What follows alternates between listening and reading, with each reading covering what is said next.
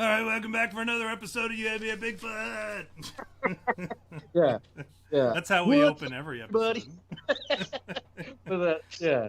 Make I sure hate you those like and subscribe. Hit that subscribe button down here. No, Trying to find it. there was There a it dude is. that I listened to that his was like perfect. I went like, you immediately are like, oh, come on, I don't want to listen to this. Like the second we talked about this, but this dude gets on and he goes, "What's up, my dudes?"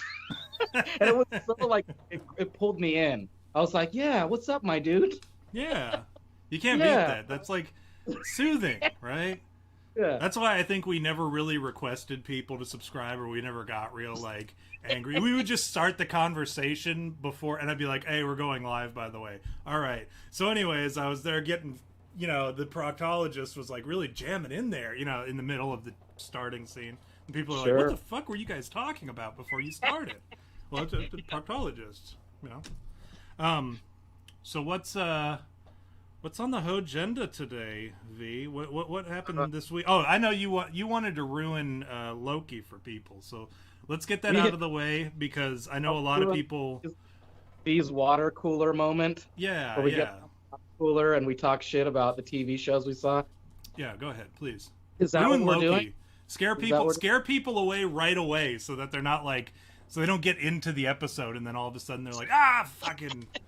Well, I can't necessarily ruin it for you. And I'm going to try to avoid spoilers this week because you told me about somebody that was like, "Hey, dude, I had to turn off the show because I haven't watched Loki yet." And I'm all, "Yeah, you can go fuck off. If you haven't watched it, I'm just going to spoil it for you because I don't care." So and I want to somebody we like, too. It's not just like some random dude. Yeah. It was somebody that so we now actually I have like. to kind of avoid that because I don't want him to have to, if he's listening now, I don't want him to have to like turn off the show. So this week on Loki, no. So, okay, so if you've been following, if you have gotten to episode 3, there's stuff going on that you're going, wow, this is kind of crazy. But my biggest gripe last week was like, is this becoming woke? Like, is this some woke shit, right? And it wasn't like, I couldn't definitively say that it was some woke shit because it was written well. And like, I can't deny that. And the show is good, it's entertaining. There are some things that I go, well, aren't they supposed to be gods? Why are they like fighting hand to hand with people? You know what I mean? Like there's some things that I go, There's oh, some plot holes, you would say. Exactly. So this week there wasn't a lot of stuff that made me do that made me go, well, this is some woke shit. There was an opening scene though where it's very girly. Like it's this very girly scene, and it's even playing like a girly song, that I'm like, this is clearly written by a woman, but it was like important to the episode. So after it happened, I was like, well, okay, that makes sense. And so throughout the episode, there wasn't anything that I was like, this is some woke shit. But there was one moment that I audibly laughed out loud and said the famous Skeletor line. I was like, just like a woman, just like. There's a scene, and I'm not going to give it away because if you're watching Loki, you'll know what scene it is. But there's this scene where the female Loki does this like incredibly like woman thing, and you go, wow, just like a woman. Like I said. But the rest of this episode is like you're on the edge of your seat, you're wondering what's happened, you like where it's going. So I don't have really anything bad to say about Loki right now. Like nothing like, oh well, it's some woke trash. And like I'm trying to be biased or unbiased, you know what I mean? Like I'm trying not to be like, I feel like maybe I have this like predisposition to just immediately hate it because it's written by a woman and it's directed by a woman.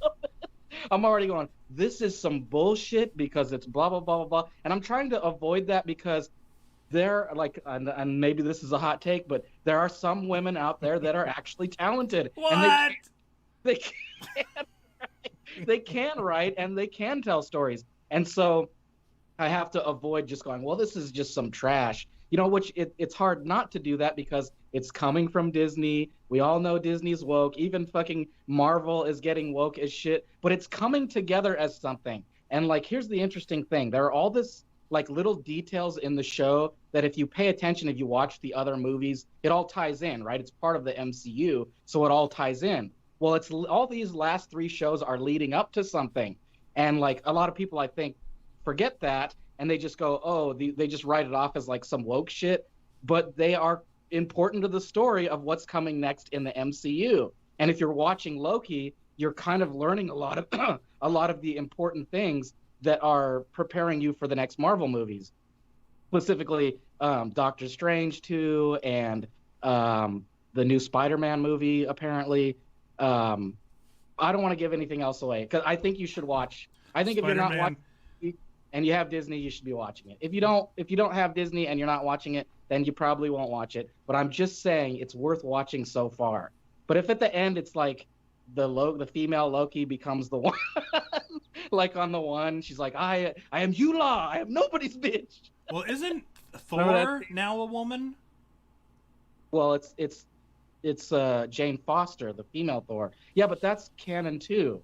Like, okay, yeah, okay, we can argue it's woke shit, but that's part of the comic. Like that happens. Like Thor goes off on his own and like becomes more badass. You know, like that doesn't mean that there's no Thor. You know, like I guess like here's my argument for you is like the one thing that I can say about this Loki show is that it's not unbalanced. Like they don't go, well, the female Loki is far smarter than the male Loki, so we're just going to make her look better. Although I will say they tried to make Loki seem kind of clownish in this season, but it plays because he's the god of mischief. And Right. So it's equal footing. There's no like, oh, the woman is clearly better. It's we're seeing this thing that is coming in the future and it makes sense. And I don't want to give it I'm eager to give it away, but I kind of don't want to if you're still watching Loki. Well, fuck it. You know what? I'm just going to give it away. So, all right, super fan, turn it off. Pause the. Yeah, that was mute the it. extent of me not. These next movies, Doctor Strange and Spider-Man, are going to take place in the multiverse, and that's what Loki is preparing us for. Is this entire multiverse is happening? It's caused in Loki, and so it's all leading up to like one of the greatest comics in Marvel called Secret Wars, where, and this is what happens in Secret Wars, if those of you who don't read comics, the Avengers have to fight alternate versions of themselves from other dimensions. So that's what we have. I mean, that's what the nerds are saying on the internet. That's their postulation, right? Based on what they know. But if that's the case, then it's kind of exciting because we'll get to see other versions of other superheroes as villains or villains as good guys in this Secret Wars. If that's what the next Avengers shit is, then man, that's going to be interesting. It's kind of exciting even. Like, man, I'd like to see that. And if they have X-Men now too, that could change a lot of stuff. That's my Marvel rant, and I'm by no means like a Marvel like obsessed person. Like I know the gist of that information because I like watch these videos and I go, I know a little bit about comics, but then you have these nerds that are going, hey dude, here's fucking what's going on. Here's all the Easter eggs and all that stuff. And I want to be prepared when I come to the show and spoil it for you. So I have to watch them. You know. No, we appreciate that. We appreciate you doing your research before you come and spoil it for us. That's Mike wants you to. He wants you to spoil Twilight for him. Can you do that for him? I haven't seen it. I haven't seen any of the Twilight movies. Sorry, Mike. I tried. I used to on principle. I'm sorry. Yeah. You saw too many gay vampires when you watched True Blood, when you used to masturbate to that? Like, I'm not a teenage female, like I'm not the audience for it, so it doesn't appeal to me. I'm sorry. I'm sorry, Tom. I know your team. I'm Team Edward, by the way. I'm Team Edward, yeah. I did want to talk about something that happened to me today. I got a couple things that I want to bring up. And I told V in preparation for the duologue, I came up with the holy trinity of duologue setups, right? I have the do-it-yourself joke, which I'm known to do. I'm well known for my do-it-yourself joke. I have an interesting story, something that happened to me today, and then current events, right? So first, I want to tell you about today. I had one of those video. I had a video conference with my doctor at the VA, and that's one thing I love about this whole COVID thing. I love a lot of things about this COVID thing, but one thing that I do love is I don't have to get up and actually go to the doctor for just normal shit. It can all be done remotely, which shows how like dependent we were on old timey type, essentially just like running around using our feet to pedal our stone vehicles or whatever.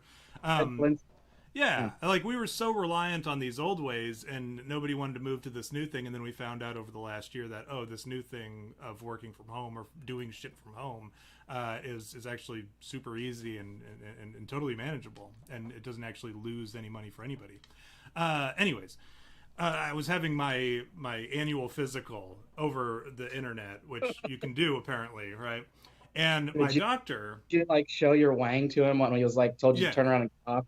Well, there's like they send you one of those big black rubber fists, and you have to cup your own testicles in front of the camera, and then cough, and then send it back to them. Like you wipe it down with the wipe that comes with it. Seems like it would be easier to do it that way too, because then you could enhance, you know. Yeah, he could just he's there with his iPad. I see him doing this. Yeah. Yeah. He has to keep enhancing for yours. Yeah, and then have a magnifying glass. Like, okay, doctor, I get it. Very funny. Okay. But but anyways, my doctor last year when I did my physical, he saw all this shit on the wall, like the join or die poster. He saw some conservative shit, the Trump stuff or whatever. And so he knows like my politics, and he knows how I feel about the government and that sort of stuff. And so he really opened up to me last year, and he was talking about all this bullshit that's going on, blah, blah, blah, blah, blah. And like, really, like he's very anti-government apparently, and he works for the government at the VA. But anyways, today he must have remembered, or he saw it, and he was brought back to this moment of like, oh, I can open up to this guy, right? And so he's telling me all this stuff, and he's like, dude, you need to get off of this medication because you can't trust it. It's too new, da da da da. And I go, so should I get vaccinated for COVID-19 then? And he goes immediately, he was like, without dropping a beat, he's like, no, absolutely not. Have you been exposed to COVID-19? And I said, I don't know. And he said, doesn't matter. Don't get it. Don't get vaccinated. And I said, okay. And then he went off on another tangent. Like it was supposed to be a half an hour visit, ended up being a full hour. So I'm the reason why the VA is backlogged, because I'm sitting there talking to my doctor about nonsense or whatever. But I essentially got the all clear to not get vaccinated from my doctor when people were like, well, talk to your doctor. I did, and he told me not to get it. Okay, well, cool. Then that's fine.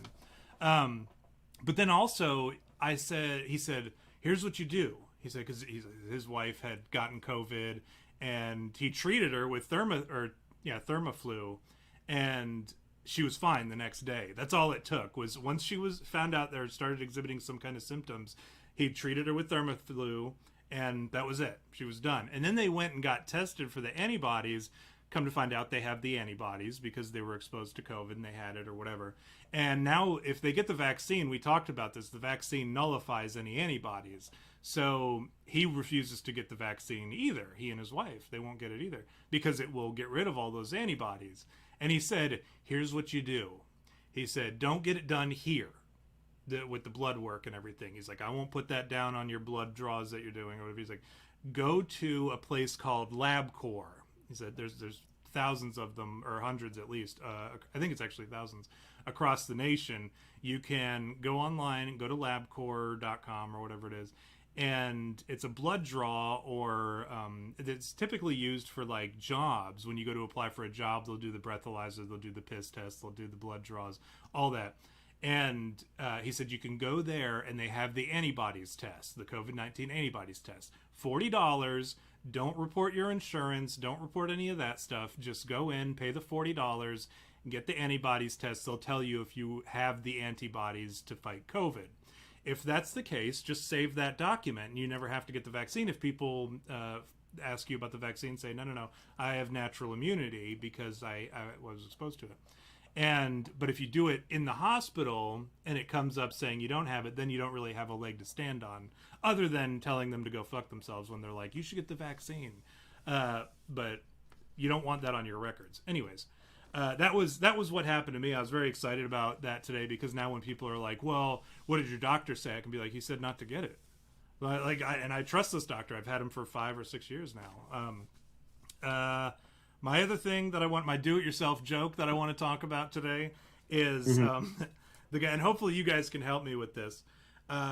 So there's this guy, and he doesn't know what COVID-19 is somehow. He's just never paid attention. He's not a kind of guy that watches the news. He doesn't have any friends. He doesn't, his family is no longer in communications with him. He just goes to work, you know, punches his card, goes home, enjoys video games, whatever. Just super cool guy, hangs out with his dog. Never bothered to learn what COVID-19 was, and he doesn't like politics. He doesn't like hearing or the news or anything. So anytime people talk about it, he just kind of tuned him out. And now that we're, you know, almost a year and a half into this, he all of a sudden realizes, like, he hears people still talking about it. He's like, what is this COVID-19? But he's too afraid to ask anybody about it now because he doesn't want to seem like an idiot. And so when everybody else, right, we assume that everybody else knows what COVID-19 is because we've been so saturated with it over the last year and a half. Right. And so he wants to know what it is, but nobody's ever very specific when they talk about it. They don't say, you know, they say shit like COVID-19, or they say Corona, or they say the vid, or, you know, everyone's got their little nicknames. The jab, all these stupid shot of hope. And nothing is specific enough to where if you were just listening, you could pinpoint exactly what COVID-19 is. And so that's this guy's problem, is as he goes about his day, somebody says, hey, so how about this COVID-19 business? And then the other person is like, oh gosh, it's so crazy. Still, you know, and he's like, yeah, gosh, you know, what are we going to do about it? And they're like, we're just kind of hoping that things go right with this whole program that's going on right now. And hopefully we reach herd immunity. And then he's like, yeah, herd immunity, huh? What, you know, like, what does that entail? Like, what would you say? And then they're like, well, it would have to be somewhere around 70%. And he's like, yeah, 70, right? Of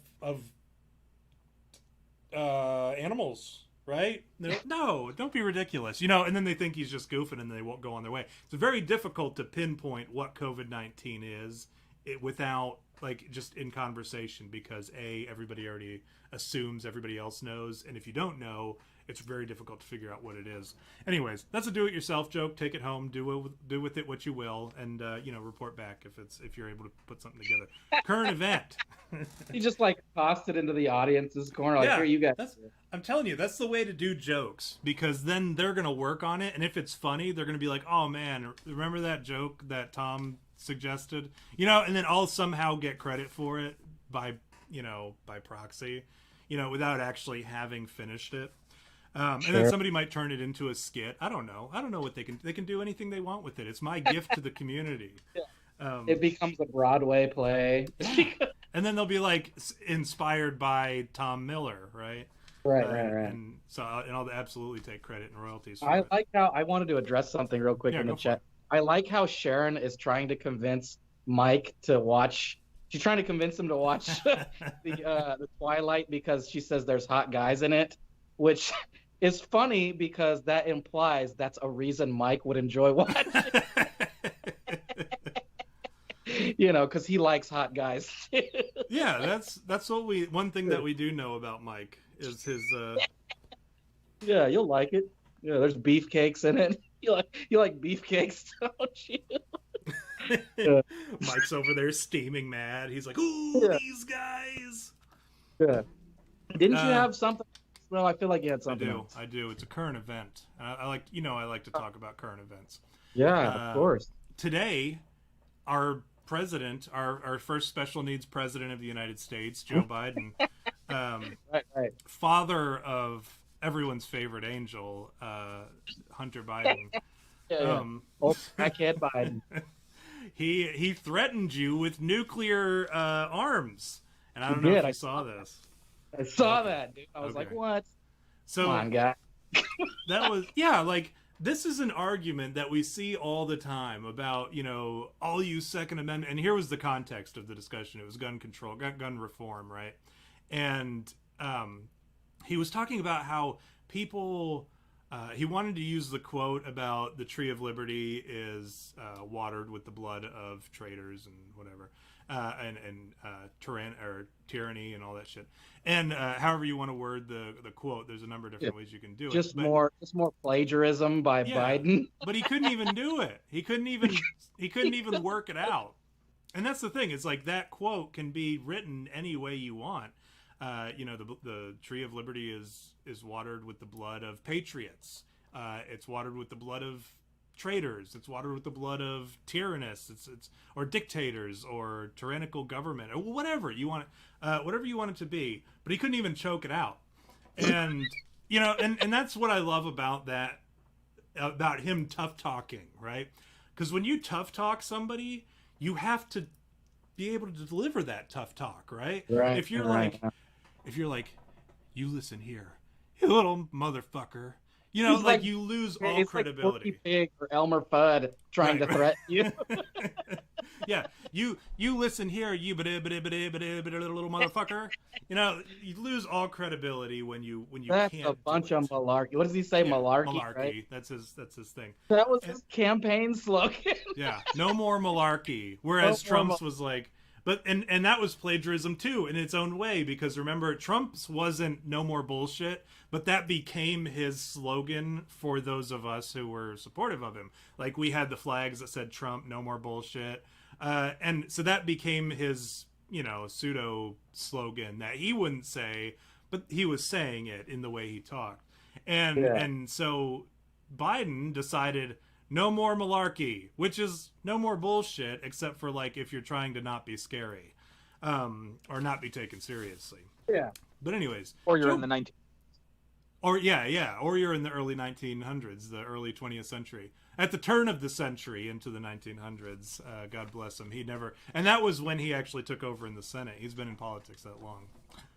He threatened you with nuclear war because he said, if you think that you are going to take on the government, again, this is a speech that he took from somebody else. This has been said numerous times before. If you think you're going to take on the government, you're going to need F-15s, you're going to need nuclear arms, you're going to need, or nuclear weapons, all this stuff, which is such a stupid argument because, first of all, we've seen how the United States military could not squash countless guerrilla tactics that were brought against them.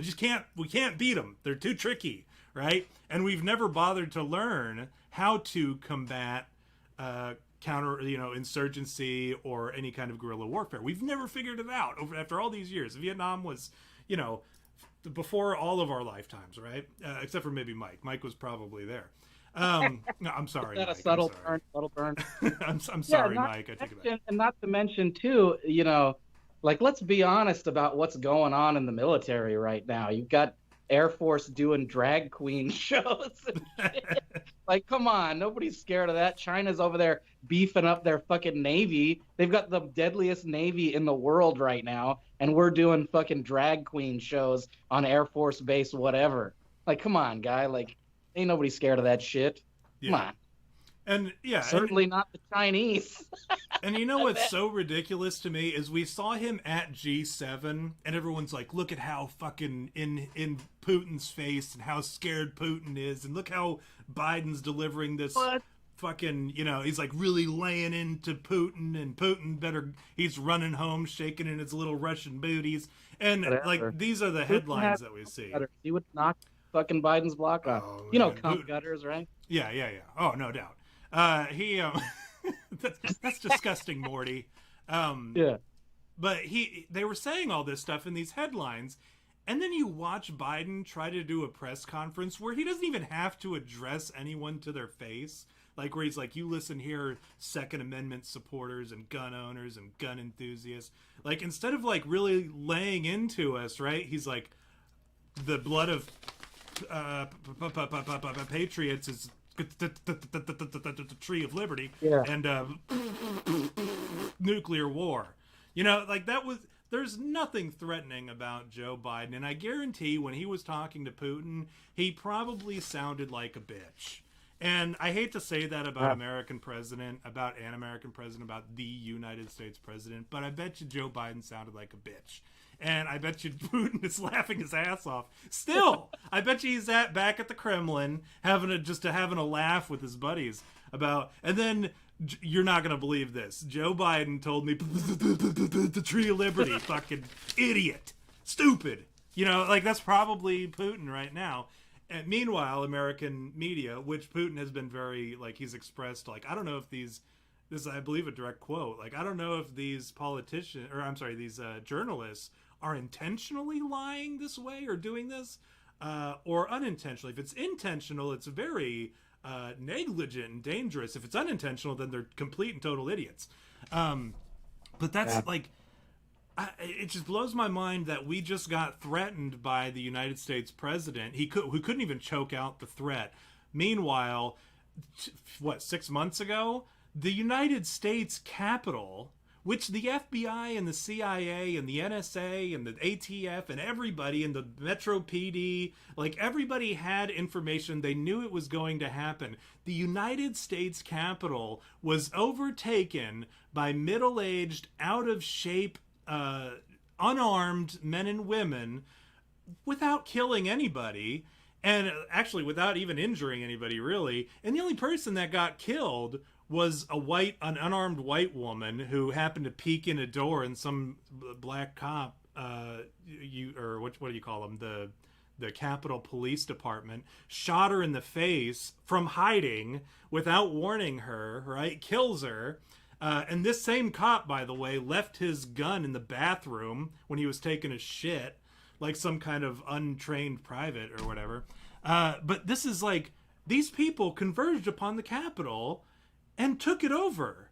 And you guys think that this wasn't even like the smallest fraction of the United States population who was willing to, without any kind of coordination or with very little at all, and provocation, said, I'm going to go to the Capitol and I'm going to show them that I'm serious about them taking this election seriously. We're done with this nonsense. And it's too much. Like, we need to do something about this. The Capitol was overtaken, right? And they want to sit here and say, well, if you want to try to take on the government, you better have nuclear arms. Well, guess what? People did take on the government and they won. You had to surround the Capitol with giant 8-foot fences and the military, right? In order to exist there. And who are you to tell me that I'd better have nuclear arms when you can't protect a Capitol with your own police force and everything that you have on hand? You couldn't protect one fucking building? Come on. Like, if this is what they're trying to do, if they're trying to start an actual insurrection, they're well on their way. And when it happens, if these people do converge upon the Capitol again, this time with guns, these people will absolutely shit.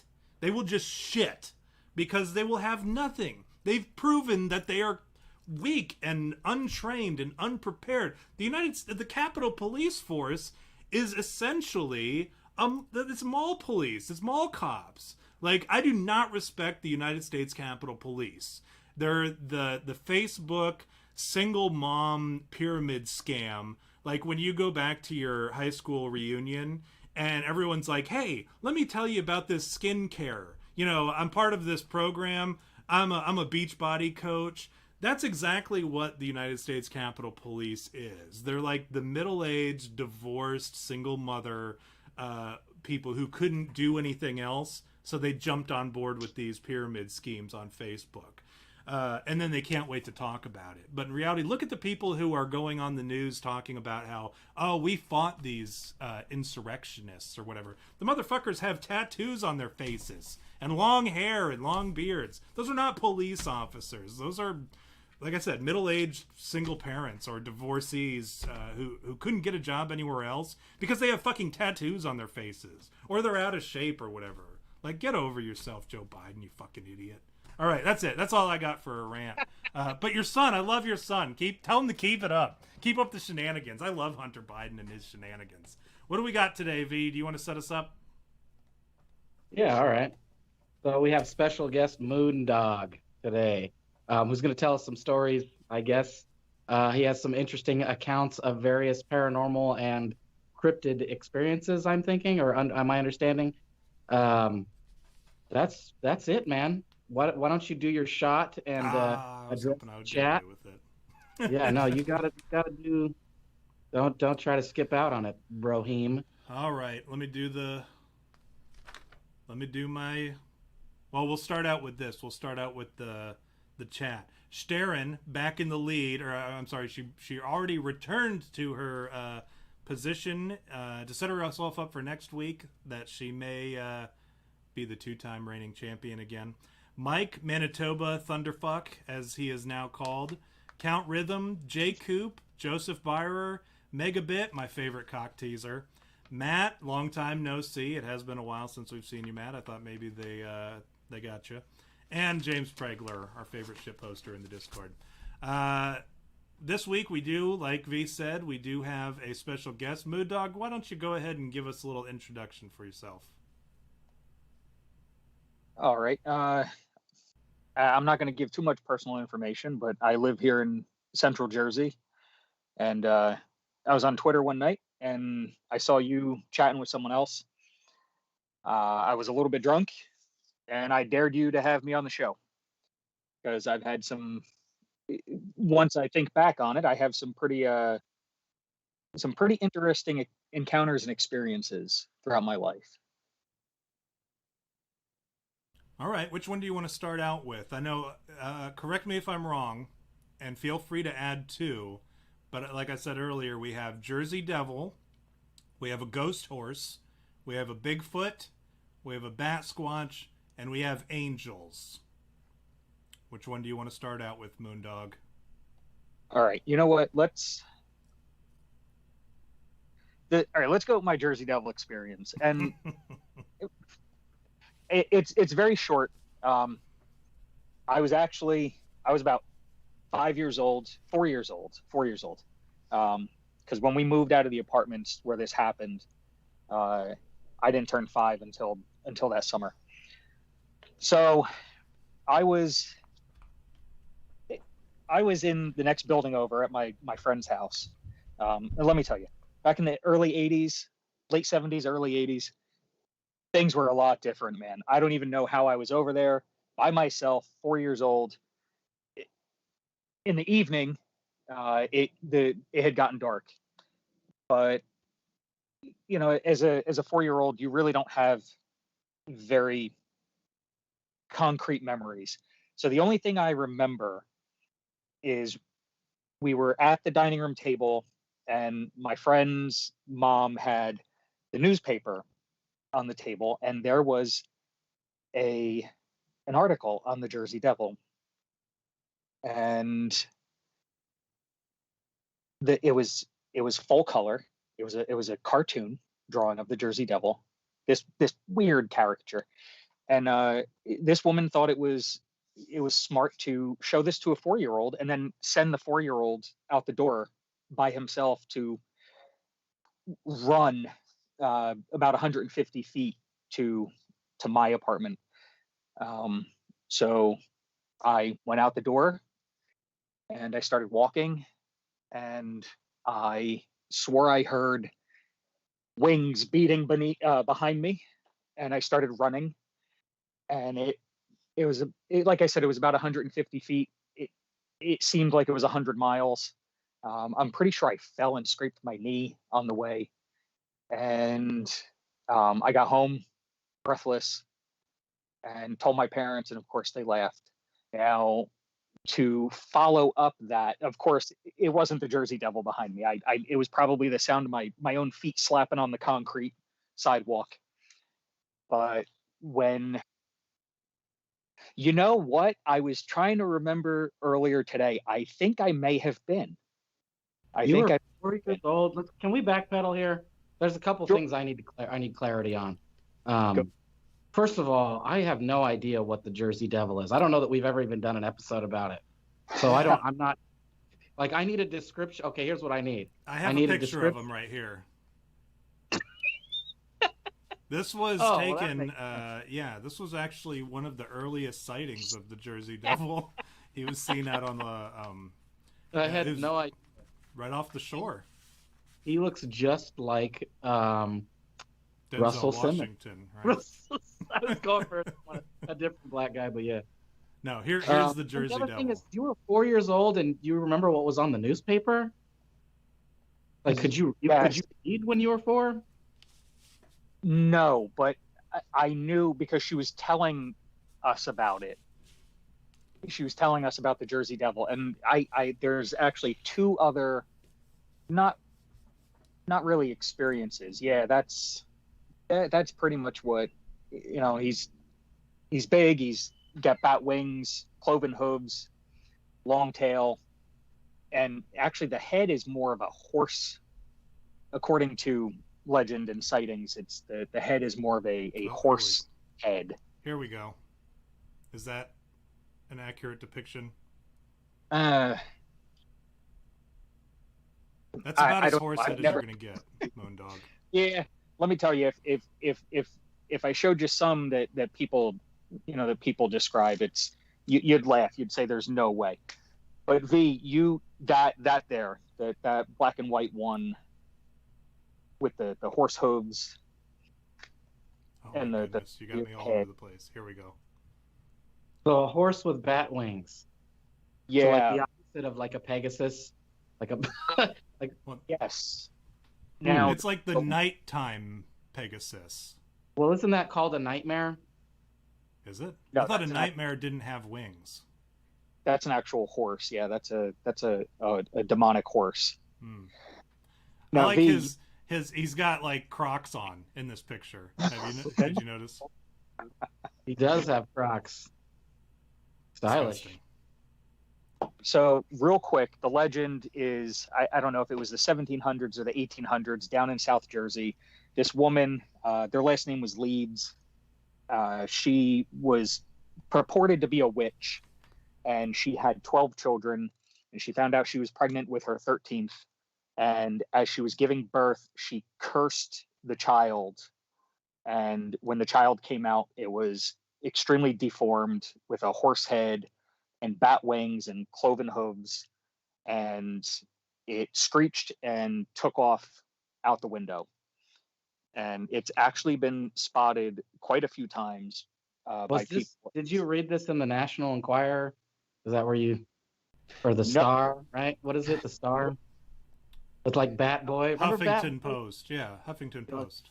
We always wonder what he's up to, Bat Boy. He's doing all right. I hope so. It's been a long time since I've heard from him. So it's not like a chimera. Like, okay, like, I go to logic, right? I go to logic and reason. I go, well, I mean, maybe there's somebody out there summoning some like demon horse thing or whatever, but couldn't it just be that somebody out there was experimenting with genetics, a horse and a bat combination? Like, that's chimera. Wuhan did that, and we see how that turned out. Wu-Tang. Yeah, Woo-ha! Yeah, Wu-Tang. Um, Yeah, so that's what I'm getting at here. Is like, I don't know. I'm interested to know like the origins, obviously, but Well, he just well, told you. it always feels far fetched when you're like someone's wife was a witch and they summoned a demon. To me, I'm always like, okay, all right. Listen, I saw that be movie. honest. I'll be honest. I grew up here, born and raised here in New Jersey, and the Jersey Devil is one of those cryptids that I do not give a lot of credit to. I like how you're attacking Moondog as if like he's No, the one who created the story. No, Like, no, I'm not. you're gonna tell me that your neighbor's witch's nephew's dog groomer is the one who summoned this demon? I have to find logic in it. I have to go, well, where's the fucking, this is not enough plot points here. Stop looking for logic in this. There is no logic in the Jersey Devil. There really isn't. So Moondog, can we do this thing every once in a while? It used to be our thing, but then we just got away from it because it got to be too much of a hassle. And we like every once in a while we bring it up. So I think what we're gonna do on this episode, because there's multiple different creatures and stories that we got to talk about, we do this thing where you give the story 1 to 5 Bigfoots. Oh, yeah. So you go 1 Bigfoot, you don't believe it. There's just no way. And then 5 Bigfoots is You totally believe it. There's no question in your mind. And what we're gonna do is we'll ask you, like, if you were to give yourself a Bigfoot score right now based on how confident you are that this event happened as you told it, you give us a 1 to 5, or it happened and it was actually paranormal or whatever. Kind of like this one, you just said that you thought it was flip-flops maybe, and maybe just an object of your imagination, perhaps. So maybe you're like 2 or 1 even. But we will also do it. We'll be like, do we believe that this guy really got fingered in the butthole by a Jersey Devil's hooves? Right? Right. That's the sort of thing that we'll do, and we'll give you 1 to 5 Bigfoots. What would you give yourself, or what would you give this story, Moondog? What's the Bigfoot's number? Oh, 0. Okay. Well, you got to give him 1 to 5. So. All right, fine, a 1. Okay. All right, I can agree with that. V, what would you give? What would you give this story? Do you think that the Jersey Devil? Like I'll go 3 Bigfoots on this one. Oh. Only because like I don't ever go when I see a creature that looks like a chimera to me, I go, well, somebody's fucking around with genetics. That's my first logic is like, okay, maybe you think you saw, some demon from opening the earth, but that's fucking Hound of the Baskerville shit. Like somebody's playing with fucking genetics, and we know that is a real thing. They do that. Scientists do that. Ooh. And there's plenty of scientists out there that are probably just doing it. Mad scientists, they call them. Mad scientists. Mad biologists is what mad biologists. Yeah. Or geneticists. You have to specify now with all the stuff all the stuff that's going on right now. You have to specify. You don't want. So I'm inclined to think that it's a possibility. I'm not saying that it's not a possibility. I'm just saying that I'm inclined to think that there is a creature out there that looks like a horse and a bat put together. Oh no, I think we all agree. From hell. I think that's where I'm at on the big. Well, back then in 1909, like Yakov said in the chat, 1909 was the greatest string of sightings of the Jersey Devil, and back then, they didn't have science, right? Science wasn't invented until 1973. This is something we covered this before on an episode. They had taxidermy. Remember those 2 guys? They made a prank of the jackalope, and that's how the jackalope got famous. Was because the guys were taxidermy. That's what they did. They sewed some antlers on a fucking rabbit, and then it became a real thing. What a lot of people don't realize about the jackalope, and I don't think we talked about it on the episode, was have you ever heard of like people taking rabbit skin and jerking off with it? So that was how they got the name, the jackalope, because he would jack off. So he's jack off rabbit skin, and also the antelope. That's why it's Jack. Like, why would it be called Jack if it was a rabbit, right? Like, that doesn't make sense. That was the slang term for whacking off back then was, you're going to go have a jackalope? Yeah, you're going to have, it became that after the jackalope situation. Right. So Moondog, what else do we got?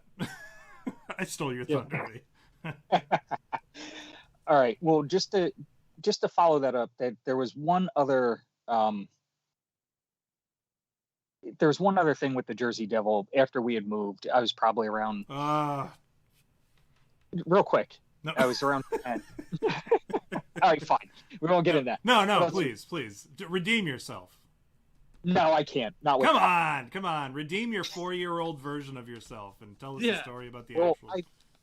I lived on a dirt road, and I was walking down the side of the road, and I found a cloven hoof print. Now, listen, I'm in central Jersey. There's deer everywhere. This thing was big, and it was only one, and it was set in the middle of soft sand. And if it was a deer, there would have been others.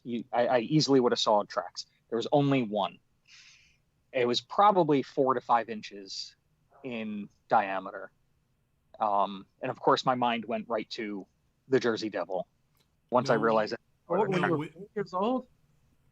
I was around 10. I can't get past that you were 4 years old. Everybody was 4 years old at one point, except for the children. But I was not. I couldn't measure the circumference of a. No. I was 10. I was 10 when this happened. This is a total for his age. Let me ask you this, Moondog. Is Go ahead.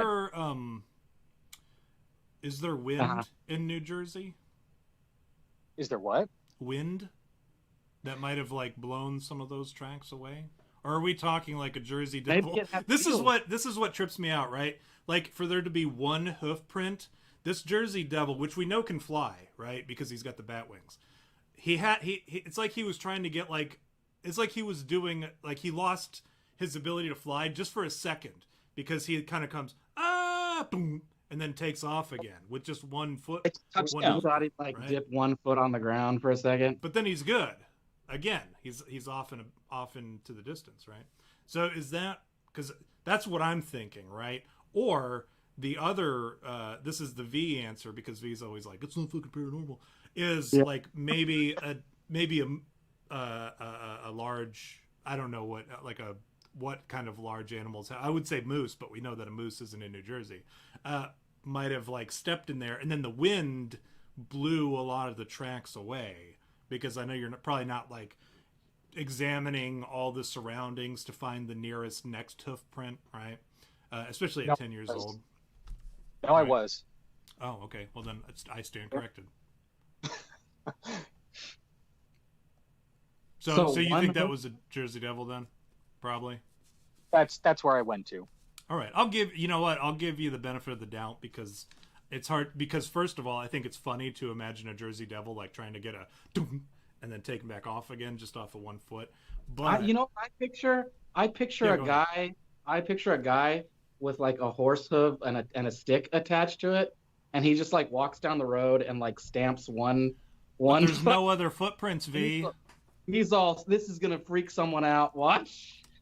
But he'll He never just know, stamps- right? Like, how's He he just gonna stamps know? one hoof in there, you know. You know what? Yeah. And Yakov right now is like, oh my gosh, that was me. I was the asshole who did like one. He's like that guy who, and you never thought that he would hear the story about how he fucked with like somebody who there was no way he ever would have known, and just all the stars aligned today, and we made Yakov's day.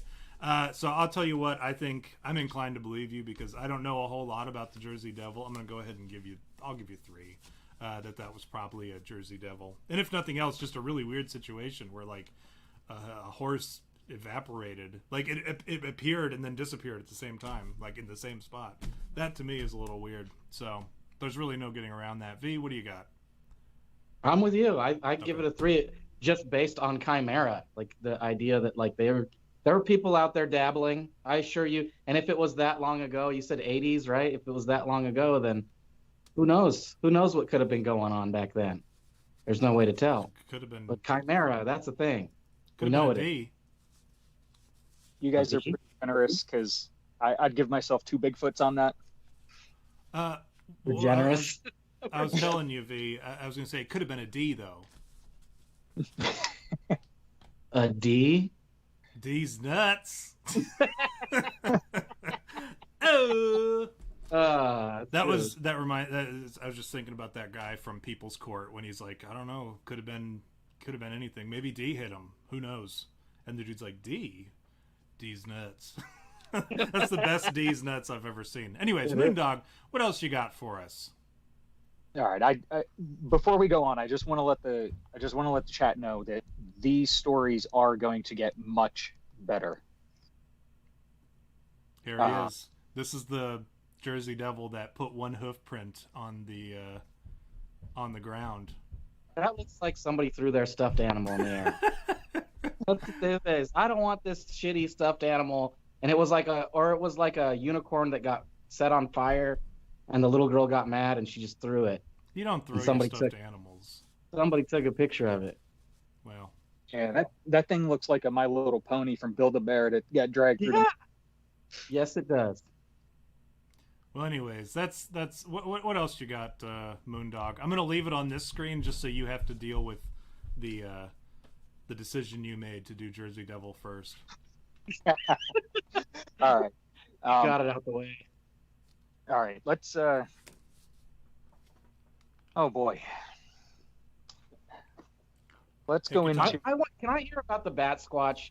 I'm only interested in Batsquatch because it's in a video game. There's a boss in a video game that I like that is a Batsquatch. And as soon as I saw that there was a Batsquatch in the video game, I was like, holy shit, is that a real thing? Like, did this come from somewhere? Like, that's kind of cool. Hell, probably. Yeah, hell, probably. Yeah, where did that come from? So tell us. Moondog, do you want to talk about the Batsquatch? All right, so the Batsquatch story. This experience happened when I was 18. It was in the early 90s. I just graduated high school. Me and a group of friends were out in the woods. A group of friends and I. You got it. Yes, a group of friends and I. Out in the woods. Yay. I hold you to a higher standard. Oh, it was gay that you did that. It was gay that you corrected him on some gay shit. But I'll let it. We were imbibing some beverages late at night around a fire. Does that mean you were sipping on scissor? Were you Sipping sipping on some scissor? You know, you know. Is that what that means? Believe it or not, some Mad Dog 2020. Butt chugging. Yeah. Yeah. That sounds like all those things was happening. People butt chug that stuff, right? I would. Butt I'd chugging. love it. You put a funnel in your ass. No one's asking what it is, V. We know what it is. Yeah, but I'm just declaring. That's what. Please, Moondog, continue. You're doing great. All right. So so we're back in the woods. We have a little fire going. There were like 4 or 5 of us. And I see it was probably like 1:30 in the morning. And I was the first one to notice lights coming through the woods. And I stand up and I point and I yell, "They're coming to get our beer." I thought that they were older kids in pickup trucks. So we had 3 cars. And my buddy, he runs to his, I think it was a Trans Am, and he jumps in it. He was in the lead. And my other buddy, he gets in his car, and I'm in the back, and I'm fumbling with the keys, trying to get in the ignition, and they take off. And just as I start the car, my driver's side window explodes. Boom. I thought they were shooting. I thought they blew out my back window. I put the car in gear and I take off. And we're flying through these trails. And the guy in the front in the Trans Am, he hits this mud puddle. And mud and water goes splashing up over the sides, and he goes right through. And the car behind him, because he had opened it up, he goes through, but he tapped the brakes.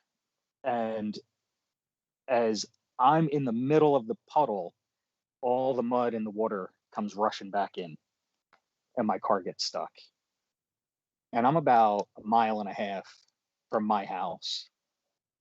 So I jump out of the car and I start running through the trail, through the woods. And I eventually come to houses, and I'm banging on doors. And I'm yelling, "They're after us, they're after me." And no one's answering doors. And eventually I wind up in this one person's front yard. And I'm beat. And I'm laying there trying to catch my breath. And I get up on my knees and I'm like, man, I gotta take a piss. So I start and I hear squeaking, and I look over, and I shit you not, hanging in the tree about 10 foot from me is a 6-foot long bat. And it's squeaking. And I'm like, oh, fuck no. I get up and I start running. I made it home. Turns out it wasn't guys coming to take our beer. It was the cops. The cop busted my window. I ran over his foot. It was a fun night. How did you not? What? Go ahead, Tom. Now let me ask you, did it look like this? Or did it look like this? Well, no. Or did it look like this? 1 or 2 or 3? All right, well, Help us visualize. Not the cop, the bat. No, I'm kind of an Xer boomer here, so I have a delay in the video. You know Ah, what? I don't, because it was hanging. You know how bats hang? They wrap their wings around them. yeah. I s but it Do they was do that? Do bats do that? I've heard of bats doing that. But okay, so I do have a question for you, Moondog. Um, you said, I right? want to You were, address Mike. I want to address Mike real quick from yeah, Manitoba. please. Yeah, no, yeah, those buddies are long gone, man. Are they dead? Long gone. I don't know. One or two of them may be, in Ah, all honesty. well, that's a shame that it's not all of them. Because you said 4 or 5, right? So it should have been 3, right? Yeah. 3 or 4 at It least. should have been all of them. Should have been Yeah. all of them. They left. Left you to take a piss in front of a Batsquatch all by yourself. Yes. Now, let me ask you this. You said you were 18, but then you also said you were afraid it was the older kids coming to get you and take your beer. Yeah. At what point did you see yourself as no longer one of the younger kids? Like, at what age? At what age did you stop being afraid of the older kids coming to take your beer? Oh, I'm still afraid of the older kids. Okay. Okay. V, what questions did you have? That was my question. V, go ahead.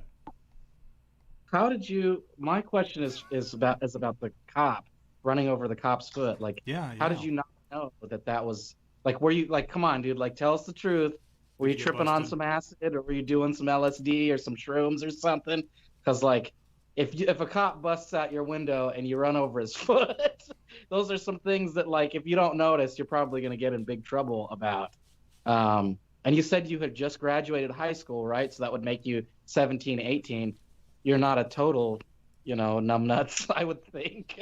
And Well, we so were all numbnutses at age 18. I'm confused. Yeah, but I did a lot of acid when I was in high school, and I still knew when cops were fucking chasing. I'm just saying, I'm trying to put the pieces together. You lived in the urban, because you grew up urban, if I'm not mistaken. did. I feel You're like right. I've heard this before. You have. You grew up urban, and where, in the city, there's so much light pollution. Even in like the suburbs, there's so much light pollution. Once you get out into Woodland, Jersey, Right. I mean, I know because you've been in the field before and practiced the light discipline. It is just pitch black, Yeah. right? Right, right. So it can be difficult to. I'm going to side with Moondog here, as much as I Okay, love all giving right. him shit. Fair enough. Uh, I'll track my statement. I can get behind that. But also to jump back on V's side, right? Because I'll turn coat real quick. Right. How did you end up finding out that it was the cops? That you ran over his foot and then they blew out the window? Did you get busted? Did you like what came afterwards?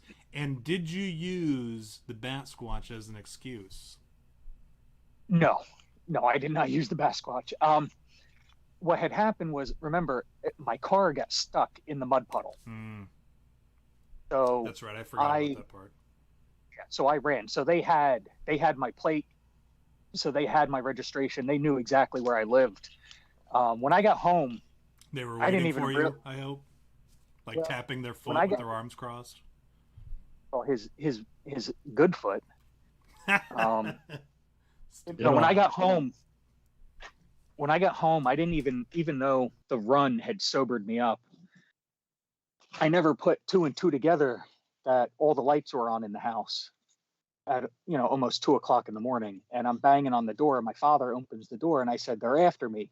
He goes, "Yeah, I know. They were already here." I said, "Who?"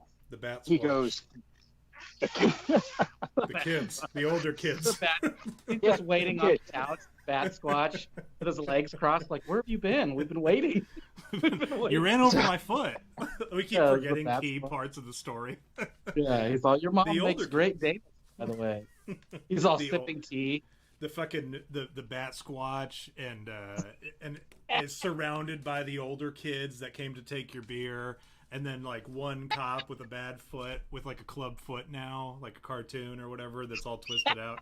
Like they're all waiting for you in the living room, and you're like, this is the worst night of my life. And then the next morning, your dad's got you out there chopping wood to pay for the repairs on the truck and shit. Ugh. Tale as old as time.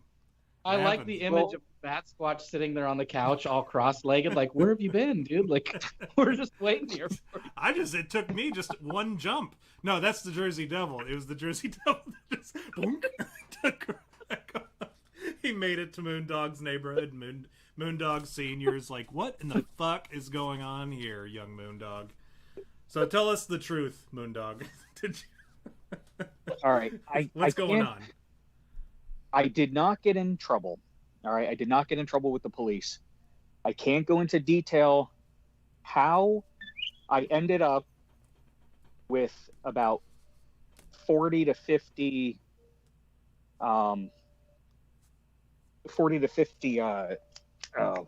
shells.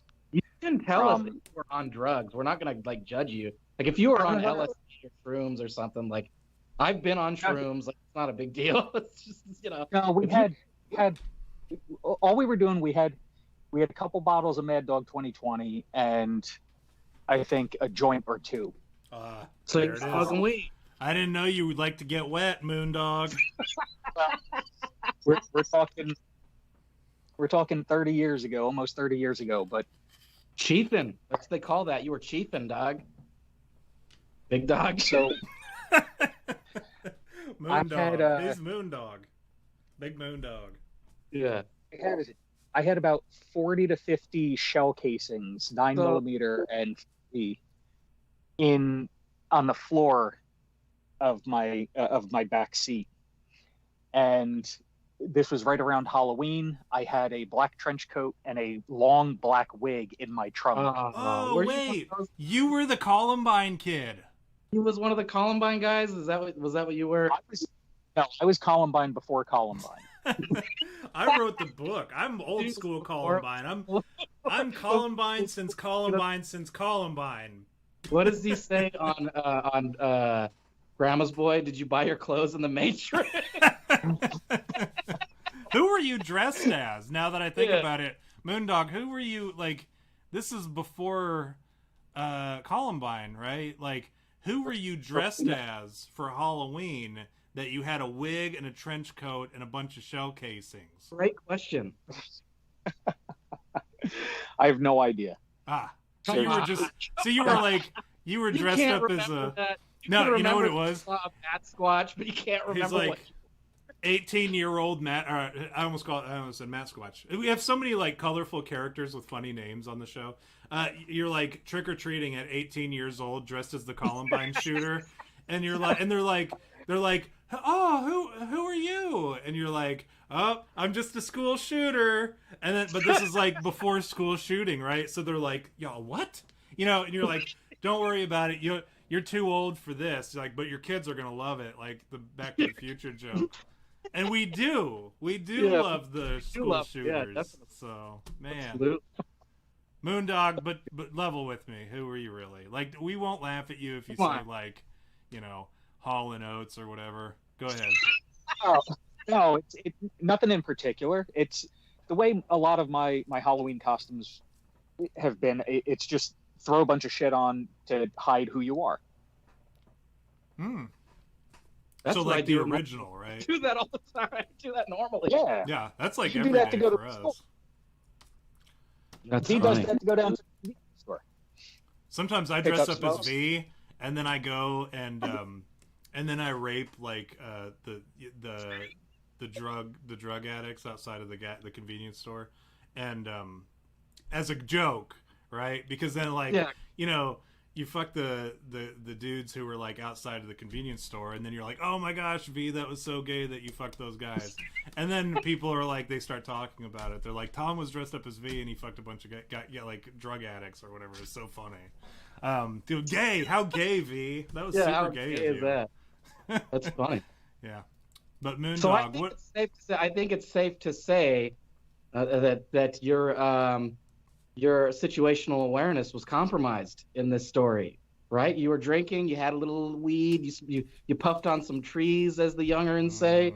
Your No. situational awareness was compromised, You lose right? at least Devil's one lettuce. Bigfoot finger. That's credibility right there, right? Like you can't really say you had full situational awareness if you had balls deep in Mad Dog. You know what? I'm gonna jump on. It's not. You don't get balls deep in Mad Dog. What do You you? get ass deep if Oh you're man, if you're I'll butt get chugging. that's good. You. I'm gonna jump. Like I told you, I like to jump between whose side I'm on, and at this point, I'm gonna side with Moondog, and I do think he probably saw a Batsquatch. Now, and here's why: because so these creatures, they don't want to be exposed, they don't want to be discovered, and they've made that very clear over the years. It's very difficult to catch these things out and about. And what better time to present yourself than like in the midst of all that chaos, right? Because then that person has two options, right? They either don't ever talk about it until they come on a show with a couple guys who are gonna like joke about it and shit, or they may talk about it, which is super funny because they try to use it as an excuse, like, no, I saw a fucking giant 6-foot bat or whatever, and then nobody believes them. So either way, it's funny, and they, whatever. And also, how many times have like people just like been going about some craziness and encountered a cryptid?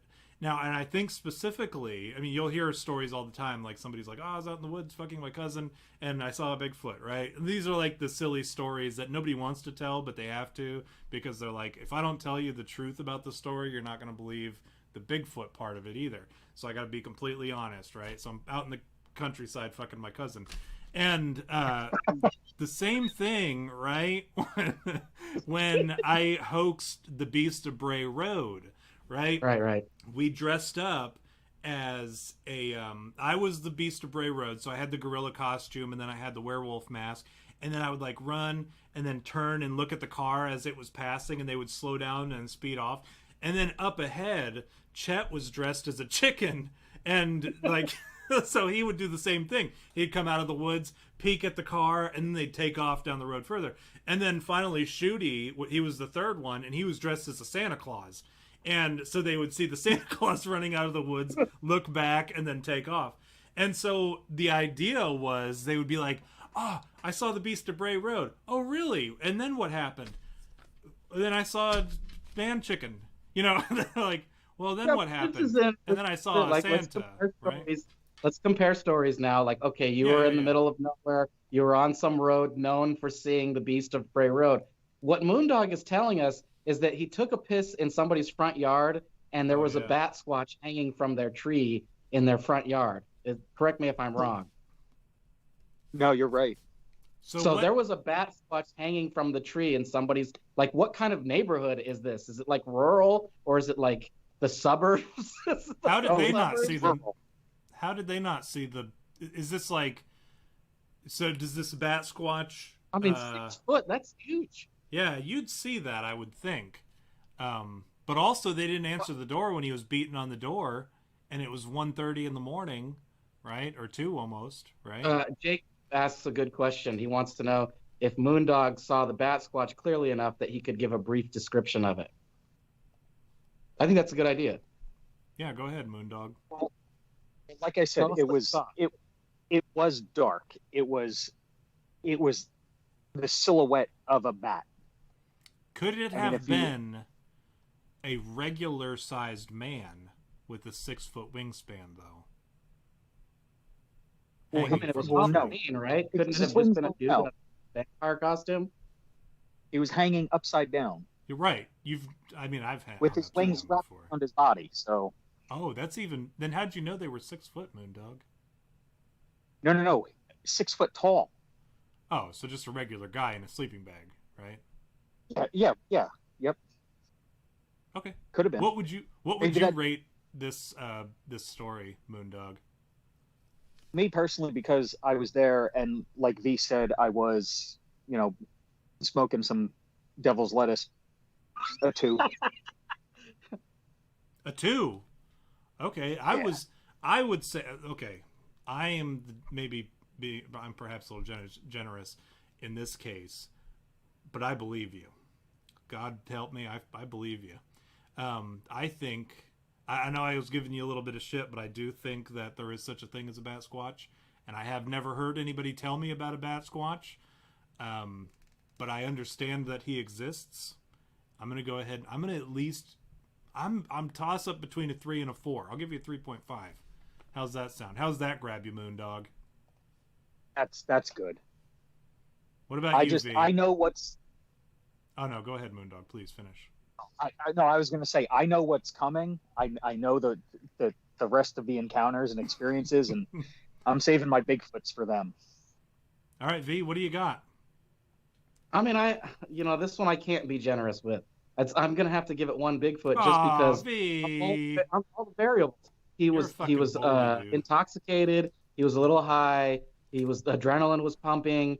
It was Halloween. Yes. Like, it was Halloween. Here's my logic of Halloween. There are people dressed up weird doing weird things on Halloween. Yeah. So it's not to me sex so in front of a far-fetched convenience that store. there was just some weird guy hanging from a tree in Halloween. Like, maybe he went to a place where some dude was like really serious about cosplaying a vampire for Halloween. Like, you go to houses on Halloween and they got skeletons and people dressed up as whatever to scare you, and that to me Correct me if I'm wrong, all right?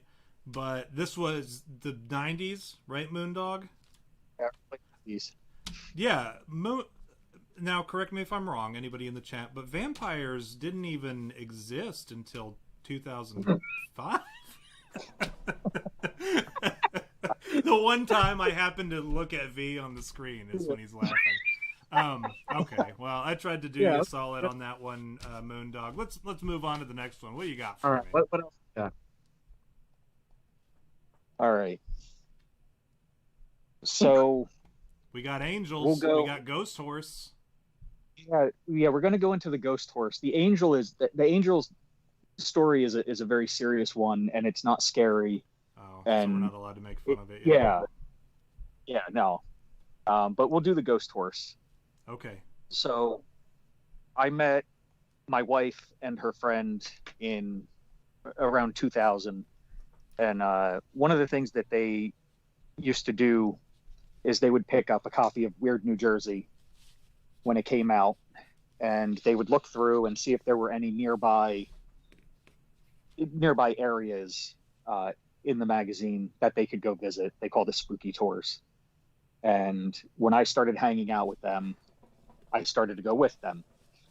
Well, after doing this for a couple years, we decided to go to, in Marlborough, New Jersey, there used to be an insane asylum.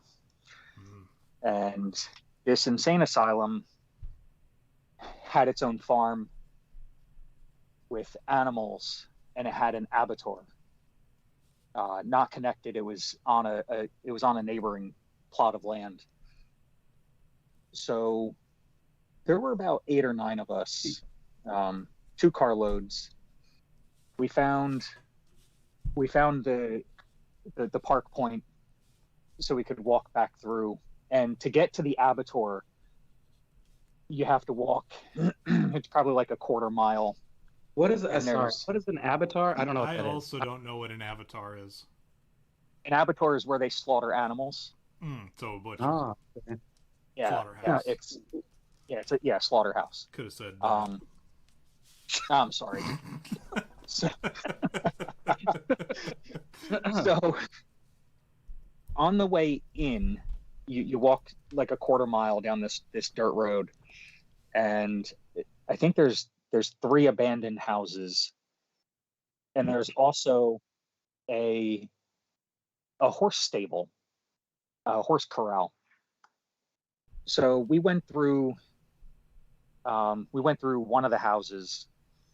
Nothing really happened except in one room, because this was during the summer. We walked into one room and the temperature dropped like 20 degrees. And this was on the first floor. There were no breezes. There was no entrance to a basement. We just walked in and it got super cold. And we were like, you know what? Let's get out of here.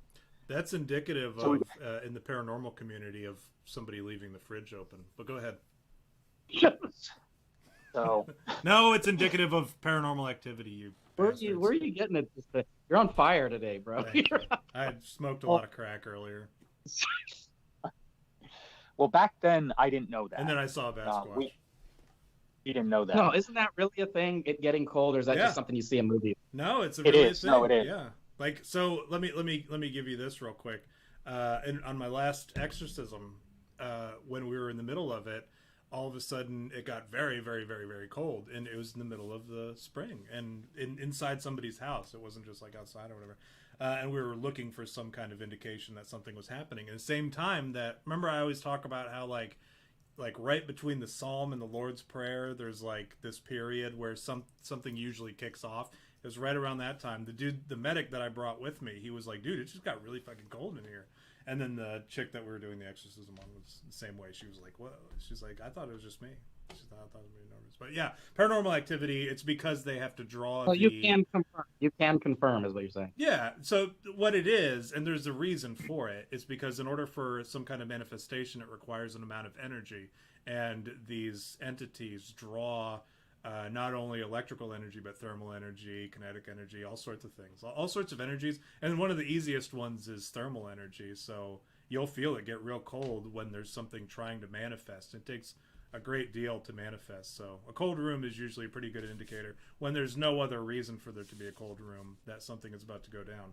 Go ahead, Moondog. You just left this cold room where somebody left the fridge open? Yeah. We took off as soon as we walked in the room, and the temperature changed that drastically. We were like, no, let's get out of here. We didn't feel right, so we left. We walked out, and we went down a little ways, and we saw the horse corral.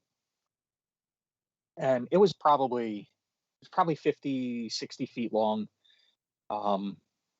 There were half walls with stalls inside, with stalls on either side, with a walkway down the middle. And I went in first, just because I was at the front of the group. I walked down. My wife, she didn't come inside. She was walking on the outside, to the left of me, and the rest of the group was, for some reason, they stayed back at the entrance, the one that I came in, because Because it was scary, Moondog. No. Well, they were probably scared. That's what I'm saying. It's like it's a scary thing. Yeah. People tend to not go to scary places. No, just so everyone understands, this is in the middle of the day. This is not at night. Oh, so it wasn't scary at all. They were just No. chickens. No. Yeah, they were just Lazy. chicken. Lazy bones. All right, go ahead. Sorry to interrupt. Just So- like a woman. Just like Sorry. a woman.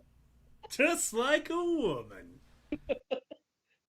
So we're walking, and we're pretty much pacing each other. She's on the outside, I'm on the inside, and like I said, they were half walls, so we could see each other.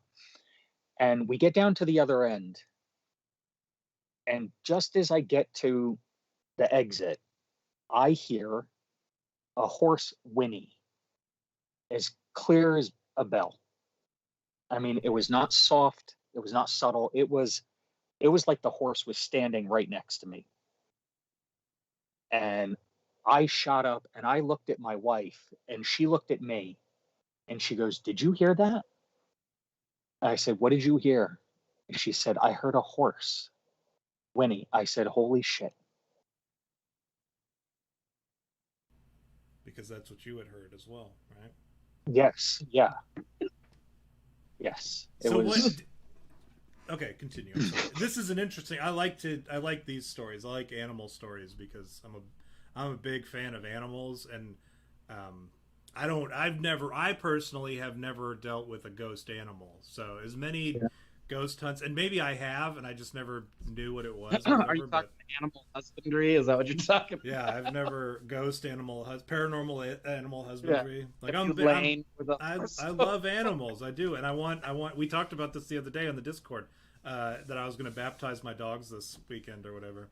So just to make sure that they made it into heaven, and we discussed the afterlife for animals, and so I'm always curious. I always wonder if, like, and not to get into the whole gay, you watch like Paranormal Caught on Tape, and they got like the shitty commentators or whatever, and they're like, residual haunt or whatever, an intelligent haunt, and all this stupid shit or whatever. which is like ghost science.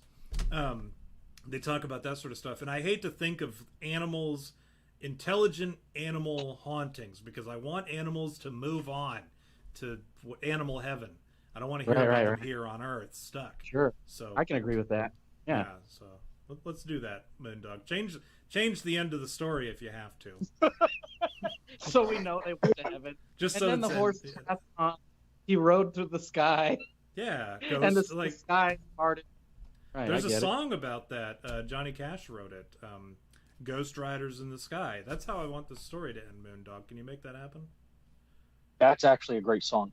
Yeah. So really is. anyway, what happened was when I left the building, I found a very large quartz deposit just sitting there. And if you are aware of this, quartz can be used to record frequency and vibrations. You can record information. And one of the things they say with some hauntings is, like, if a foundation is made with limestone that has quartz in it, crushed in it, it actually records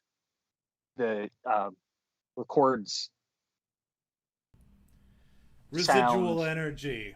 I know this is what I was talking about, this gay shit about the energy residual. I hate residual hauntings. I think they're ridiculous. I think I actually got that from Paranormal Caught on Camera. Yeah. I hate those guys. They're full of shit. So there's a reason why the cool guys who talk about hauntings are right here in this room, right? In this collective that's talking. And we're not on a show like Paranormal Caught on Tape, which, by the way, if you want to send some shit to Paranormal Caught on Tape, you got to send it to paranormalcaughtontape@gmail.com. They can't even have their own domain name. So it's like, that's a sign to me that they're unprofessional. Whereas you can send shit to tom@youhadme@bigfoot.com, or V or Ryan or whatever yours is at youhadme@bigfoot.com, or contact@youhadme@bigfoot.com, and we will respond accordingly.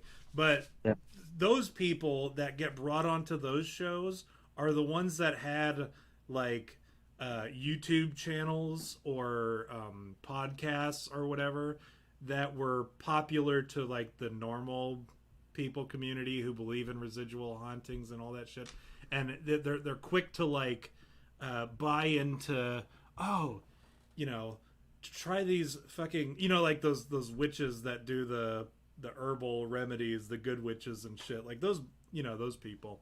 Not the people who talk about legitimate, actual scary hauntings. These are the people that talk about some shit, some boring shit. But go ahead, Moondog. I just wanted to rip on those people for a minute, even though, like, a very funny guy from your show, Your Pretty Face is Going to Hell, V, he's on that show. He's one of the commentators. Zabowski, Henry Zabowski. Yeah, the fat guy with the ginger.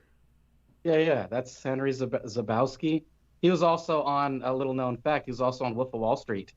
He's one of the guys that's the fucking sharks. He's one of them. Yeah. Also, two of the known fact. The man, two of the commentators, Martin Scorsese. Yeah. Two of the commentators are the creators of Weird New Jersey. Yeah, I saw that. When you said Weird New Jersey, I was like, I've seen this before. That guy, one of the commentators, he's the founder of Weird New Jersey, the one that I always see. Anyways, go ahead, Moondog. Tell us about how you found residual horse energy. There was no quartz. We heard the horse whinny once, but we both heard it clear as a bell. You know what I think that was? Go ahead. I think it was a demon, Moondog, and I think it was trying to lure you in. Because when you go to, here's my warning to you amateur ghost hunters out there. When you go to these places and you think it's an intelligent haunt or even a residual haunt that's trying to lure, and it seems like it's what you were looking for, if something is too good to be true or seems too good to be true, it probably is. And the fact that what you were looking for, evidence of that happened just right in front of you, that's usually a pretty good indicator that a demon is trying to lure you in so that you can, whatever it intends to do, whatever its end goal is in that particular instance. You'll usually see it at cemeteries, because what better place to go than linger at a cemetery where you know a bunch of weirdos and creeps are going to go and take their Facebook photos and their Instagram selfies and shit next to a grave. What better place to go than a graveyard to lure those types of people in who you can then attach yourself to and ultimately possess or oppress or obsess or infest or whatever you want to do. Anyways, I think that's probably what it is. I have some questions, if you don't mind. Shoot. I would be like, fuck you. Moving on. Next. Yeah, you're not allowed you guys have been nothing but Okay, so- assholes to me this whole time. So yeah. So let's clarify real quick. Good. You didn't see anything. You just heard the sound of a horse whinny, right? That's what you said. To clarify, can you give me a sound effect of what No. it sounded like? Can you do it? Can you do an impression of the horse sound that you heard? I too am Nope, curious not about doing it. this. All right, fine. Come on, do it. Is that? Oh, that's pretty good, Winnie. Yeah, that's not bad. Actually, there's a lot. There's a think lot. of a whinny more like No, Right? V. A Winnie is like, it's got to have some tone to it. You can't. It just can't be vibration. There it is. That's the Winnie. okay, all right. So is that what it sounded like? Like a I always think a whinny is like a. No, that's a huff. If anything, that's a. Yeah, anyone can do that. That might not have even That's been a horse. raspberry. What that is? It's called raspberries. No, right? raspberry is like. That's a raspberry. Like it would be like a horse raspberry, or a deeper raspberry, because the Okay. horses, it comes from the lungs. A raspberry typically comes from the mouth, so like, right? That's a regular raspberry. A horse raspberry is like a. That's different. Wow. Right? I'm glad we got to the bottom of that. So Yeah. what was it again, Moondog? Give us what it was. What's that? The whinny? Yeah, give it Yeah. to us. Give it to us. Yeah, okay. So it was like a mix of the two. Okay. was all right. like It was a horse raspberry plus a little bit of tone, right? So I would say that's You can definitely a horse. definitively say it was the sound of a horse, is what you're saying. Yeah, no doubt. No doubt Yes. in my Yeah. mind. No. It was. Yeah. There was no mistaking it. But Okay. I am now a little bit curious, because you did such a good horse impression. I'm starting to think that maybe it was you. I was gonna blame you and be like, you tricked your wife into thinking. No, I like it. I think it's probably. I'd give you 5. I'd give you 5 Bigfoots, because that sort of shit happens. It's happened to, not necessarily like a horse to me, but like a person. I've heard a person talk, and it wasn't a person. I've seen like a manifestation of something. I've seen and heard that sort of shit. So I have no reason to doubt you, Moondog, except for the fact that you lied your ass off about the Batsquatch and the Jersey Devil and shit. But what? No. But I'll give you 5, because I think that probably did happen. V, what do you got? Yeah, I'm gonna go with 4. Only because here's why I give him 4 is because I can't refute it at all, because it's his account and his account only. So if I were to refute it, I'd have to start picking apart his credibility, right? Which there's no reason to do that at this point. He's on our show. He knows what we're about. He's seen a couple of our episodes to know enough. So yeah, I'm gonna say 4. It's an interesting story, and it gives me hope that the animals don't die after, they don't just die and that's it. There's an afterlife for them. There's maybe something going on with them. he Yeah. forgot to pass on to horse heaven. What do you know? think? You know what happens sometimes, right? Is ghosts have unfinished business.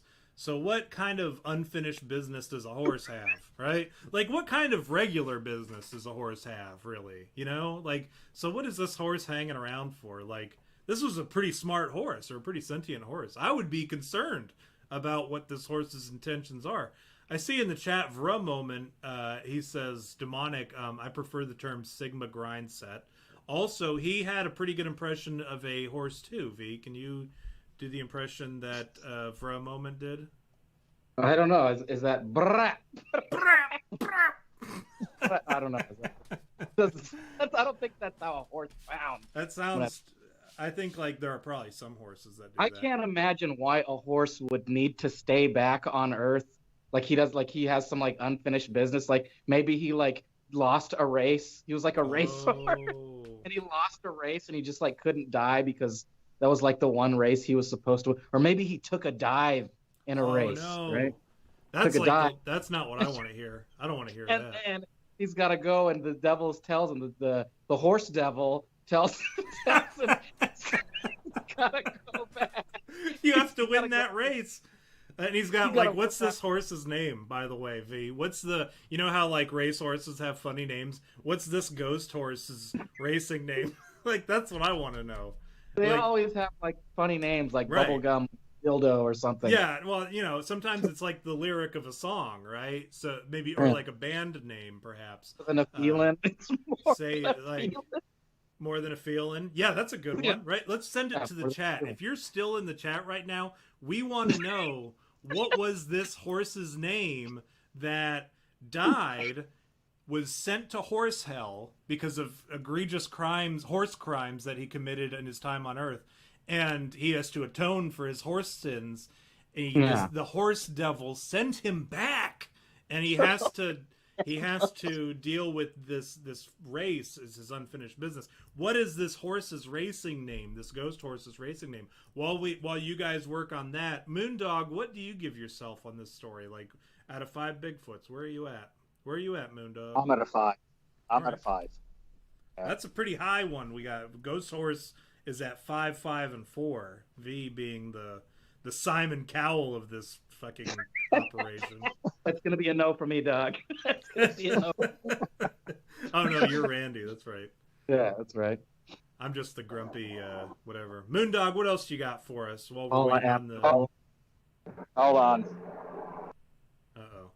He's got a Were you horse. saying, He's... were you saying that you are Paula Abdul, Tom? Is that what you're saying? No, I was The one that's always drunk and is like, I just think you're beautiful and I love the way you are. Your horse story really just wow, amazing. I am just that's a go. Yeah, you're going to Hollywood. Paula, you're the first person. Like everybody, we still have to wait for the other 2 people to go. Yeah, that's me. No, who is it now? Wasn't it like Kenny Chesney for a while, and now it's no. You know what? I still watch Howie. It's Howie Mandel, right? Is it Howie? No, that's America's Got Talent. That's a different thing. Yeah. But also Simon is on that one too, which is weird. I don't know. I don't keep up with these things. Moondog, are you done dealing with the horse ghost that you had that was just huffing in your ear? Yes. Yeah, he just came over the house. What did you ask him his racing name? No, I didn't see wings though. Well, you know what? I'm taking it back to the beginning. I believe that was a Jersey He did Devil. get his thing. What an asshole. Moondog, what do you got next? All right, so Oh, you know what? I didn't do ghost horse pictures. Let me do those real quick. Yeah, are we you should looking- probably do one more. We've got about 30 minutes left, so we should probably do one more. Give us your good one. Yeah. Let me hear. Oh, here's another ghost horse picture. That's a carousel. That's from a. Where did you get that? Looks like, you know what that looks like? That looks Scary like Ralph Stories. Steadman. No, it's scary stories to tell in the dark. Here's another ghost horse. I like this one. This one's pretty scary. Yeah, that one's pretty cool. I don't know what's going on with this one. It's like the ghost That- horse Grim Reaper. That's like a banshee or something, right? Or It's that looks. terrifying, frankly. No, there's a term for that. There's a term for that one. I've seen it in Castlevania. It's a video game reference. Someone help me out. Up, The down, down, Grim left, Reaper. right, Yeah, left, Grim right. Reaper. Probably. Select, start. ABA, select. No, that's Contra. You're thinking Contra. Still Konami, but you're. You know what this is, though? Like, you look at this picture, and you know it's real, because when they made this picture, they put the date down at the bottom. Like, that's how you know it's real, because some people don't know how to take that off of their camera, right? Mhm. And I that's never how you did. know it's real. How to do that? Some filmmaker. I still can't do that. Terrible at this. You're terrible at What? video documenting dude, horses. Bigfoot as the last one, like, I mean, Bigfoot seems like a good last one. Where for a show about Bigfoot. He's got a story about Bigfoot. Well, here's what we do, Moondog. I'm gonna appeal to Okay. something. I'm gonna appeal to. I want everything. I want you to cover everything, but like V said, we got to cover the Bigfoot because it's a show about Bigfoot, or there's Bigfoot in the name. It hardly has anything to do with Bigfoot at all, but there's Bigfoot in the name. So why don't we do this? I want you to power through the Bigfoot one, and what I'll do. Can you see me like on the shared screen thing? Can you see me on the video? Okay. When I do this, it means wrap it the fuck up. Okay.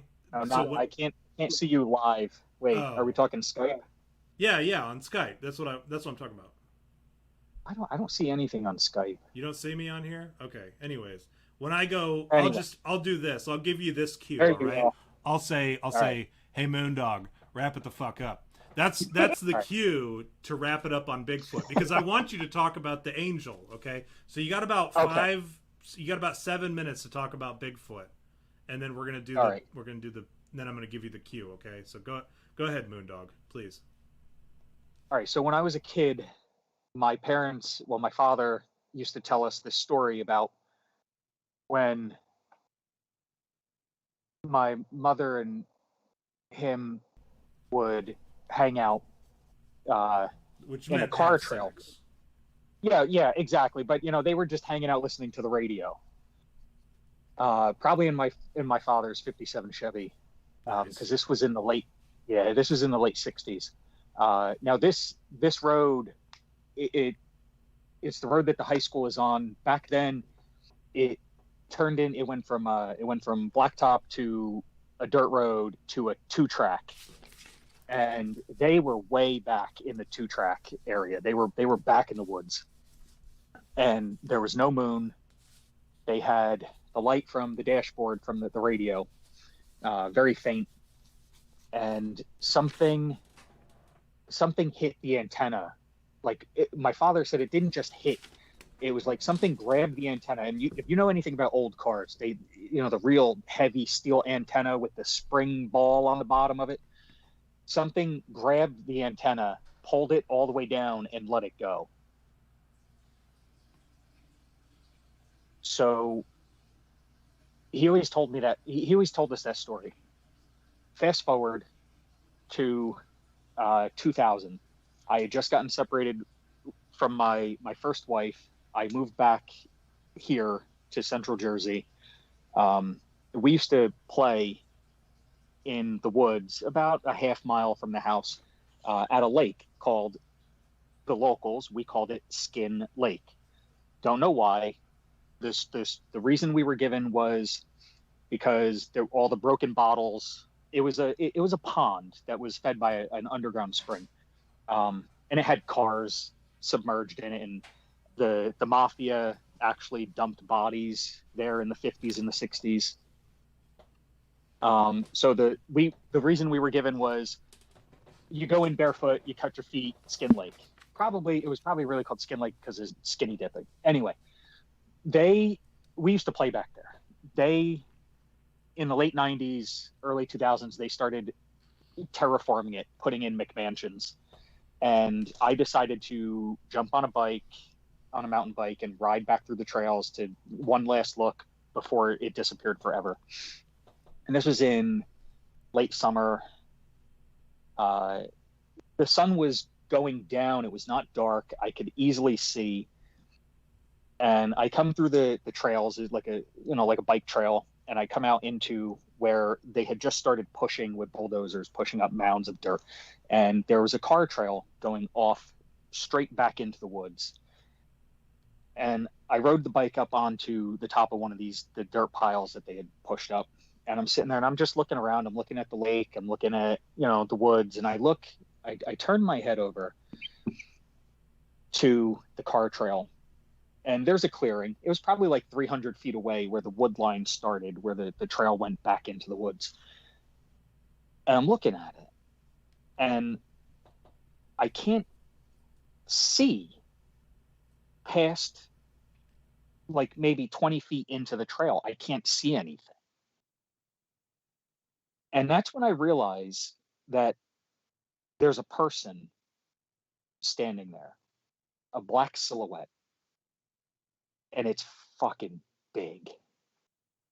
And it's got its one arm up, holding onto a branch above it. And I'm staring at this fucking thing.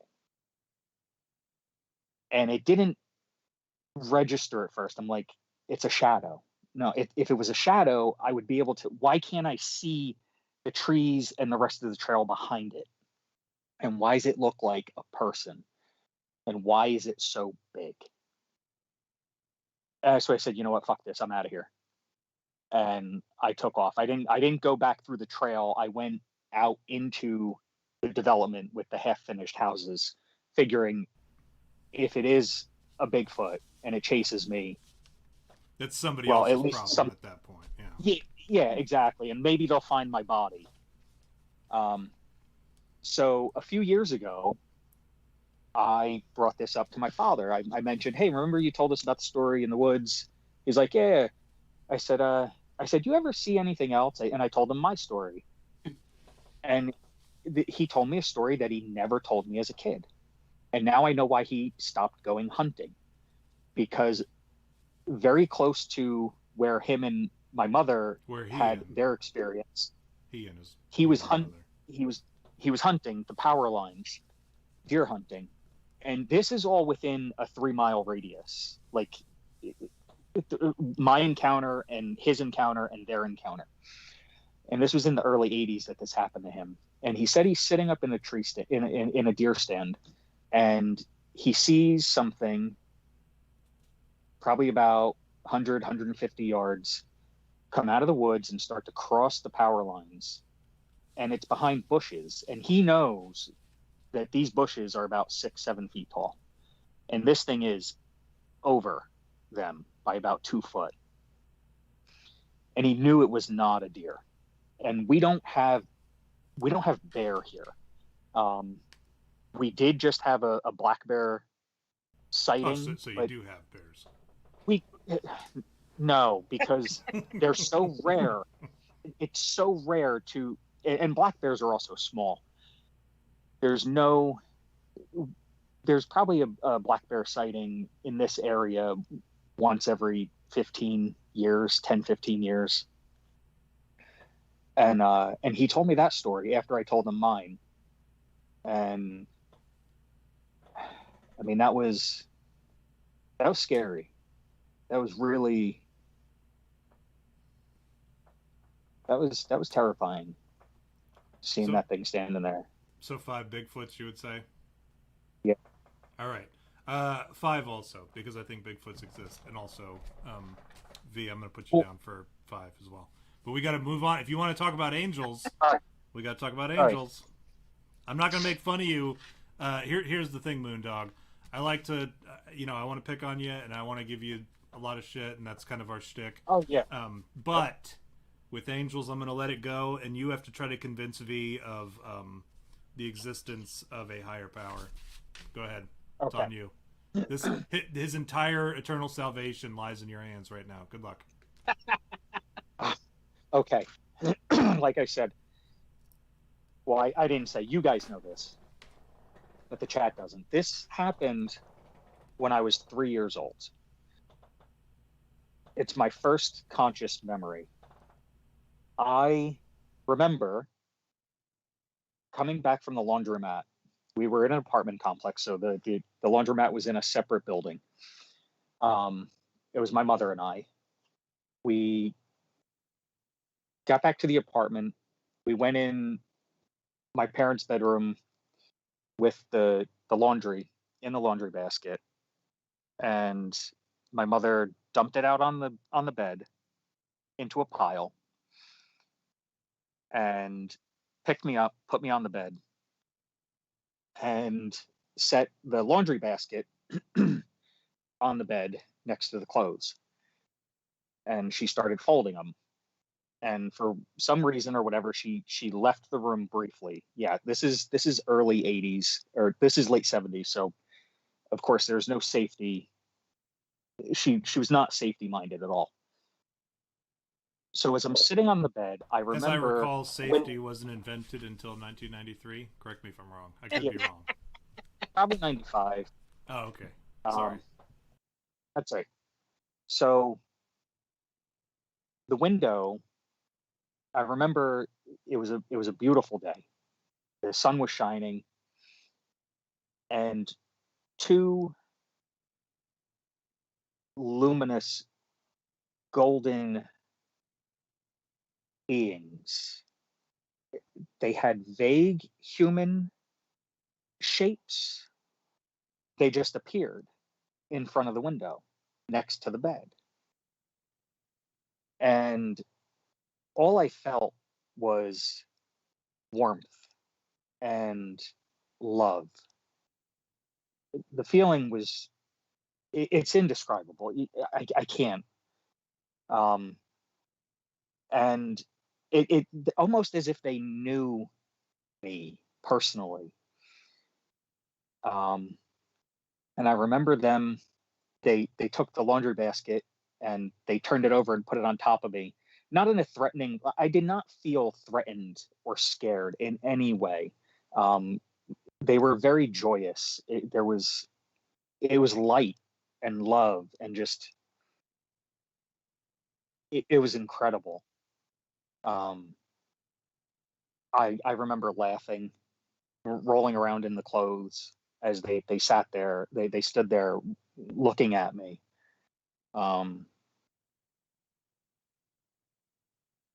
Yeah, that's it.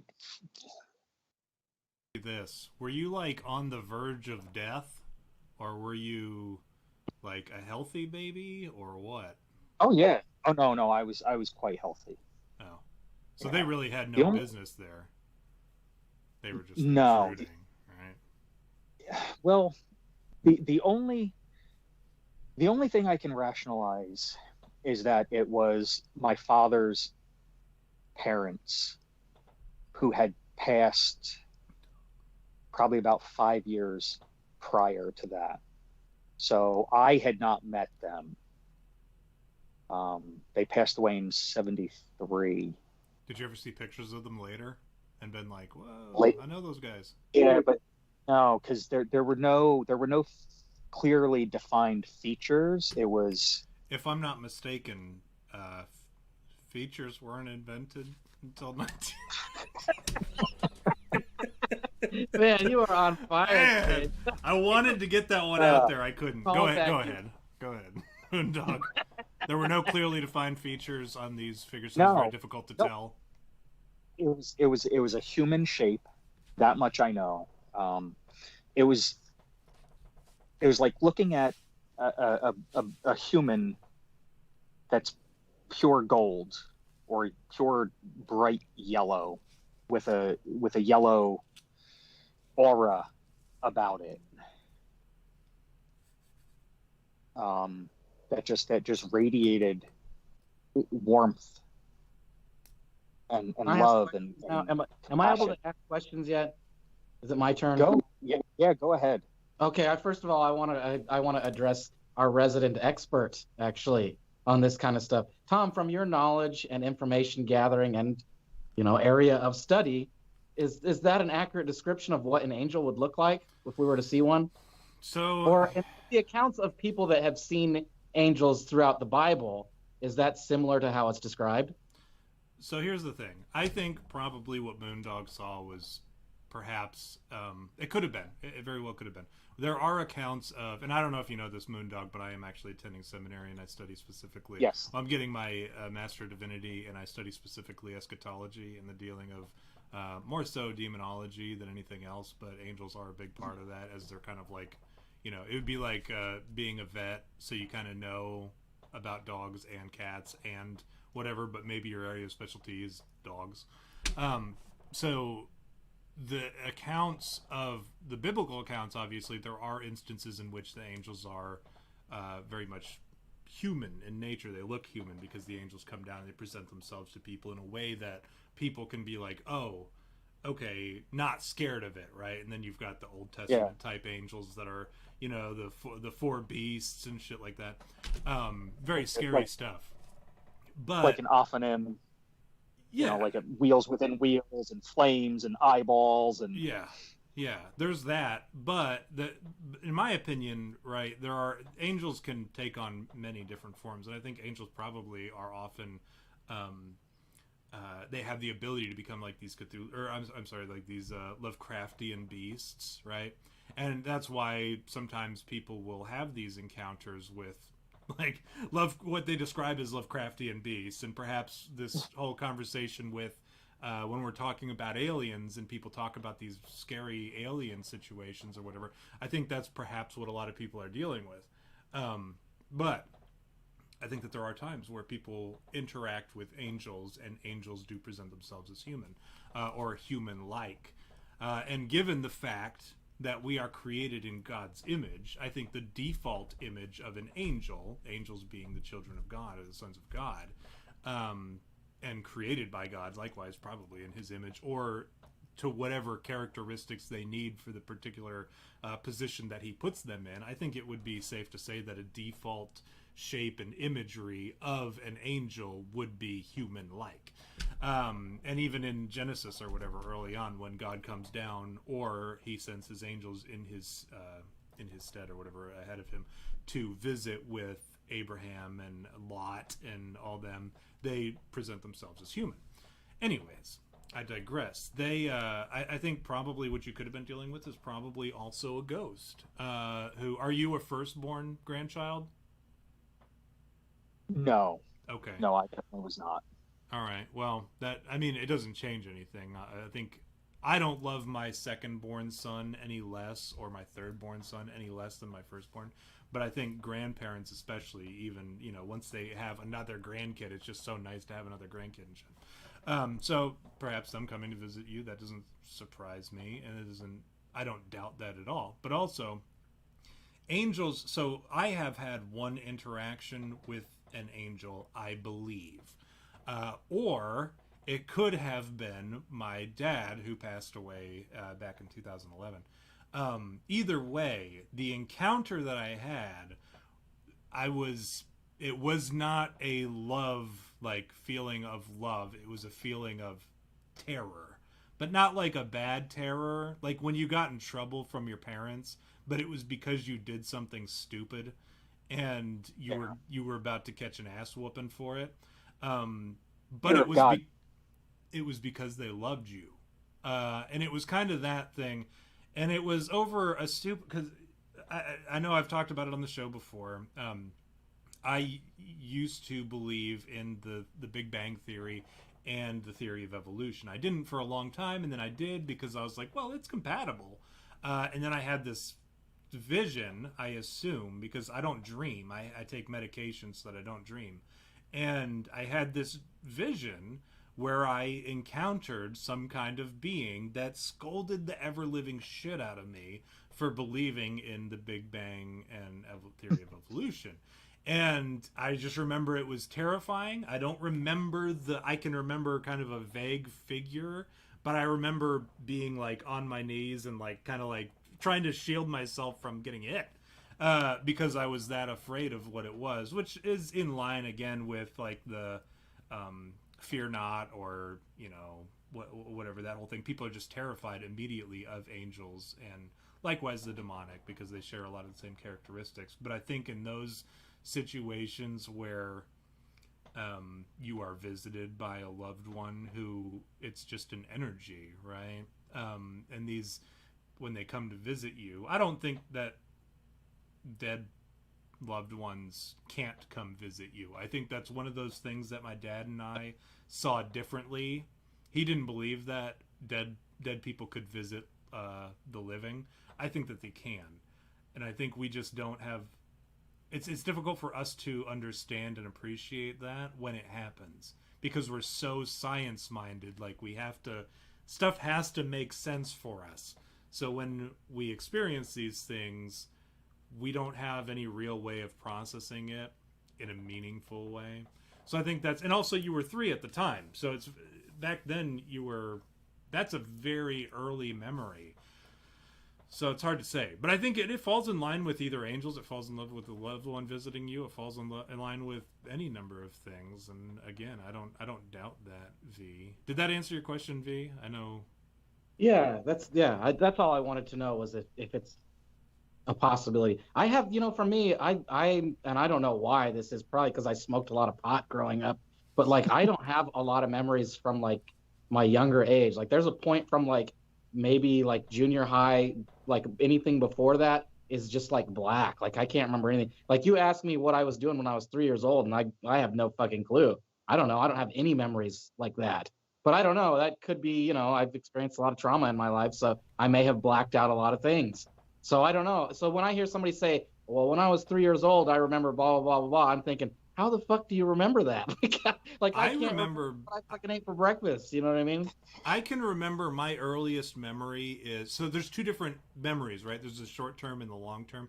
My earliest memory is I would have been 4 or 5.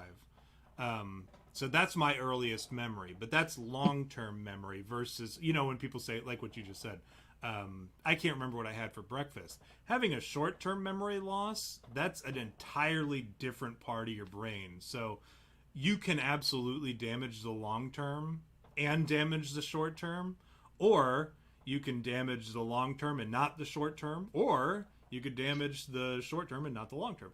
Whatever. There's any combination of, they're very separate things. So anyways, we'll see you later, Sharon. Thank you for joining us, and I know Ilactac joined us too. And Vra Moments in the chat, just like blowing it up, doing awesome. Thank you, Vra Moment. And then Mike says more likely a demon than a good or nice angel, which Mike, it's funny. I'm quick to blame demons, even in situations where it's good, right? Because then you start to wonder, like, this was my dad's argument, when someone is dead and they present themselves as a ghost, that's a demon's way of tricking you into thinking, oh, there's no after, like the afterlife is not heaven or hell, it's just wandering the ether or whatever, the further or the nether or whatever. It's a way of it's that, which makes sense too. I can appreciate that, but what he failed to acknowledge was there were times in the Bible even where they talk about how people would call, like mediums would call upon the dead and have the dead like talk to them, and that's scriptural, it's canon. So you can't just dismiss that shit. Anyways, Moondog, please continue on. Was there more to your story? It's a good story. I like it so far. If that's the end, that's fine too. Well, that's I don't think they were demons. Not with the feeling, not with the emotion that I was feeling from them. And I've had sleep paralysis experiences, 2 of them that stick with me that I mentioned to you guys. And I had quite a few between the ages of 15 and 25. And I can tell you right now, those were demonic experiences. They were very, very terrifying. The feeling of these two being terrifying were they? Like you're setting us up for a joke. Yeah, I thought what joke was coming. Not everything has to be funny, Tom. Sometimes things are just a story, dude. Like, yeah. I don't believe that people become angels. So when I say that they were angels, it's in a sense it was probably departed. The only reason that I even think that they were my deceased grandparents is because there were 2 of them, and they're the only 2 people in our family who had passed recently. I think that they had come to see me, because they didn't get to see me when they were alive, but they did meet my older siblings. So here's the thing. Here's an interesting thing. Also, Mike is yelling at me because I said that I accused him of saying that your visitors were demons or whatever. Uh, I was reading some stuff and I watched a video. It's always funny. You can be like, I was reading something this week, when in reality you just watched a YouTube video. That's what it was. It was a YouTube video. But I was reading. I was reading about alternate dimensions and shit like that, right? And we know that there is 98% of the universe is made up of dark matter.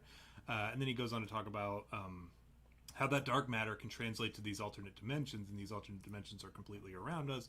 And a lot of that stuff is theologically grounded. Like it works with the Bible. You can use it to help you understand some of the complicated shit in the Bible. So science and the Bible can coexist. And I actually had this existential crisis this week.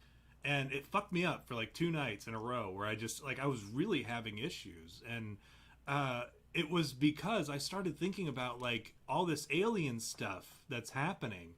And we hear about it, and we've been talking about it, we've been joking about it, we've been making light about it all this time, about how, what if the aliens are angels? What if the aliens are demons? What if the aliens they totally just like destroy our view of religion and really challenge our faith? And we have all this stuff, and all of a sudden everything that we knew is just not true, and we have to deal with the fact that what if heaven exists right now in these alternate dimensions? And because there's just not enough scripturally for us to know the timeline of heaven's existence, hell's existence, where it is, what it is, bleh, all that crap.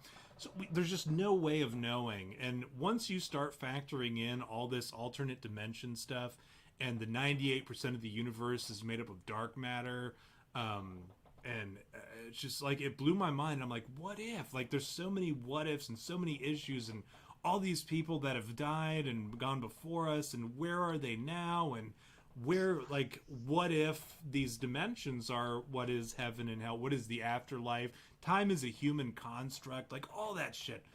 It just like all hit me all at one time, and it created this internal crisis where I struggled with. I had the hardest time sleeping, and frankly, I was having like suicidal ideation. Granted, all right, I recognize when it happens, I know when it happens, and I combat it. I have ways of combating it. I wasn't at risk of suicide, but I was having those moments, like those extreme, deep, dark depressions, where I got to that point again, and I was like, what is the point? What is the point of all this? Like, what we need to... There's so much more than what we are experiencing right now. And I'm so excited of what is to come with everything. You think about all the disclosure, what happens with the aliens, what happens when they disclose what the aliens really are, what happens when we find out that everything was wrong, what happens when we find out about alternate dimensions, what happens when all of a sudden we have all this extra technology that like allows us to travel the universe, the cosmos, the dimensions. What happens when all that goes down? What happens when we find out what happens after death, right? Like, I'm so excited about what's to come, because it's going to... Right now we kind of have it easy, right? It doesn't seem like it, right? It seems like we have these decisions that we have to go on faith, and we have to... we just don't know enough about certain things. But when some of this stuff is presented to us, like, no longer will that be the issue, or it may be an even bigger issue, because then all of a sudden a lot of people who are truly faithful, perhaps they lose their faith. Or perhaps the people who are not faithful all of a sudden see the reason for faith. You see what I'm saying? Like, and it's just like all that hit me at once, and and you would think, like, after I just told you I was having like these suicidal ideations, I was having this deep dark depression. When I came out of it, I found hope. And that's something that I hope hits you guys too. When you start hearing about all this stuff that's going on, I hope that you see the hope in that.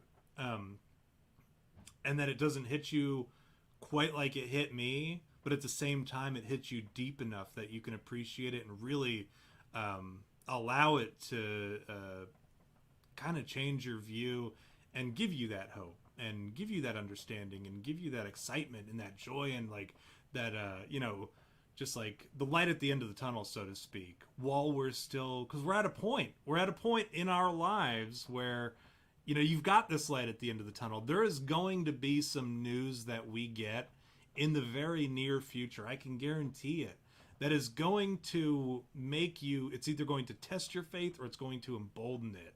And I hope that at that point you see it as an opportunity and less of like a hindrance or less of an obstacle that you have to overcome. Anyways, V, do you have anything that you want to shill? Are we shilling? Yeah. Shill time. I just wanted to add though, real quick, on what you're saying. Okay. I just wanted to piggyback on it a little bit. Please. What you described about your existential crisis, that's like me that's my everyday life. Like that's how I deal with things. But what you described is basically the reason why I am like trying to achieve immortality, because I want to see all of that. Like I feel like my life is too short, and there's a lot of things that I'd like to see in our, like I haven't committed suicide because I think there are exciting things in the future, and like I want to live long enough to see all of them, hopefully by achieving immortality with Dmitry Itskov's program, the 2045 Initiative, which if you haven't watched the episode, watch the 2045 Initiative episode where I discuss how we can achieve immortality. Donate now to, at 2045.com. Yeah, so, and you so can check V it out, can become an avatar. so that I can become immortal and have my own conscious put into a machine or whatever. To shill, don't forget to follow us on Twitter and like and subscribe, or don't like and don't subscribe. Either way, someone will get a shower curtain at some point for our 700 subscriber. You guys all know what the deal is. Don't forget to tweet us, get in the Discord channel and chat with us. We've been kicking around an idea where we might do like a live chat where we do an episode where you guys can come in and just chat with us. We're going to figure out kind of the ins and outs this week. So hopefully there'll be a fun interactive episode coming again soon where we all get in the Discord. You guys can heckle or make jokes with us or even ask us questions that maybe you've had for a long time. So look forward to that. What else? We've got a merch shop. Yeah, we've got t-shirts that are really cool. There's some really cool designs. Hopefully we'll see another designs soon too. We love you guys as always. Thank you for showing up. It means a lot to us that those of you that are here every week are here every week. And yeah, that's pretty good. I think I shielded awesome this week. What do you think? Yeah, you did great. You shielded the shit out of these guys. Fucking A, man. Brendan, welcome to the chat. There were a couple people for a moment. Ephraim Flores, Chris Rose, I Lack Tact, who's long gone now. But yeah, thank you guys for coming. Moondog, do you have anything that you would like to shill, like your I don't know, your Twitter, your any kind of like YouTube channel, any kind of merch that you've got, anything that you want to say that you want to get out there on this platform? We have some followers and friends and fans who are loyal as fuck. So if you want to get that information out to them, now's your chance. Go nuts. All right, real quick, I just want to address the conversation that was going on about UFOs being angels. If you look at the one Air Force video called Gimbal, Gimbal, a gimbal is like a gyroscope with spinning, rotating rings, concentric rings around themselves spinning. And do an image search for Ophanim, Ophanim, the Ophanim angel class, the category of angels. And that's essentially what Ophanim are gimbals. They look like gyroscopes. I'm not saying it is, not saying it isn't, just it's an interesting coincidence that they look very similar. I am on Twitter. You can follow me at Moondog Tartaria. That's MOONDOG. And I do have a Telegram channel where I post stuff about not really Tartaria, but why am I drawing a blank? What else do you telegram about, Moondog? Tell us. Oh, hurry. I don't know. Tartaria, hidden history, altered history. Yeah, just lots of weird Listen, if you weird got a shit. Telegram, follow his ass on Telegram, because this dude, I'll give you this. Like, I had a blast tonight, Moondog. I thought your stories were super cool, even the ones that we fucked with you about, but that's like our thing. And I know you know this, because I knew what I was getting into. Yeah. Yeah, we like to give people shit, and we rarely have anybody on anymore who wants to tell their stories because they know we're gonna fuck with them. But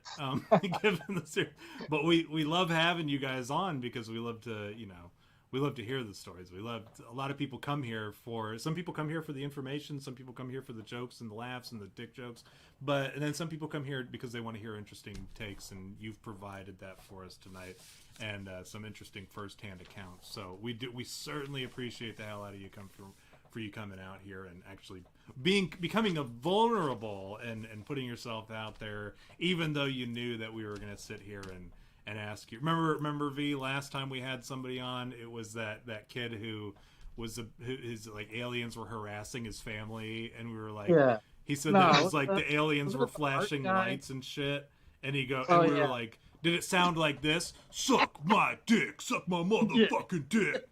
They were just blaring Metallica from like a distance. Yeah. His family's being gang stalked by aliens, and you're giving him shit. That's what it was. And dude, and then he told us this story about his dog Stuart. If you haven't listened to it, it's episode. I actually made that episode 17 because it was like the only time that we had somebody come on just to tell the story, and we were missing episode 17 because it was. I'll give you the story real quick why episode 17 never happened. Episode 17 was psychic episode number 2. We had a psychic on, and she sucked, and we weren't blown away by her performance, and we kind of figured that she was a little like a fraud afterwards. And the second psychic we had on was a legit psychic. And Dustin, I have the episode. I just never prepared it because it upset Dustin so much that he quit the show. Is that really what happened? Is that really why he quit? Yeah. It was right after that episode that he quit. Really? Yeah. And it was so moving. Like, even as I was editing the episode, I stopped editing it because it was so moving. And I thought, I can't release this. There were people who saw it firsthand on Periscope. But what happened was the psychic talked to Dustin about his mother, and his mother talked to him through the psychic. And wow, that's some fucked up shit. Yeah. But it was so moving that Dustin got emotional. I didn't at the time, because I was like just kind of like watching the interaction. But as I went to edit the footage, I was like, I can't do this. This is too personal. So there was no episode 17 for years. And then I took that Stuart Saves the Galaxy or whatever, and I turned that into episode 17. It's You Had Me at Alien Dance Party or whatever. But yeah, that's why you haven't seen Dustin. People ask all the time, where's Dustin? Why isn't Dustin come back? Got too real for his ass. Yeah. And he just never came back. But yeah, no, thank you guys for coming. Thank you, Moondog, for coming. It was awesome having you on the show. V, as always, go fuck yourself. No. Tom, real quick, if you ever have me back on, I have the 9/11 story I need to tell you, and the two sleep paralysis. Well, we already did sleep. We already did. You Had Me at Nightmares, but you're not supposed to run the episode ahead of time. I don't know if we told you that, but you totally did just now. No. Yeah, that was the thing.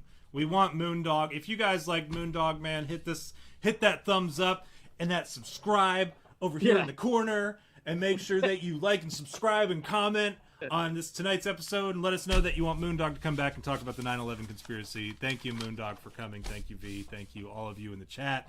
We will see you next week. I'm Joe Biden, and I approve this message.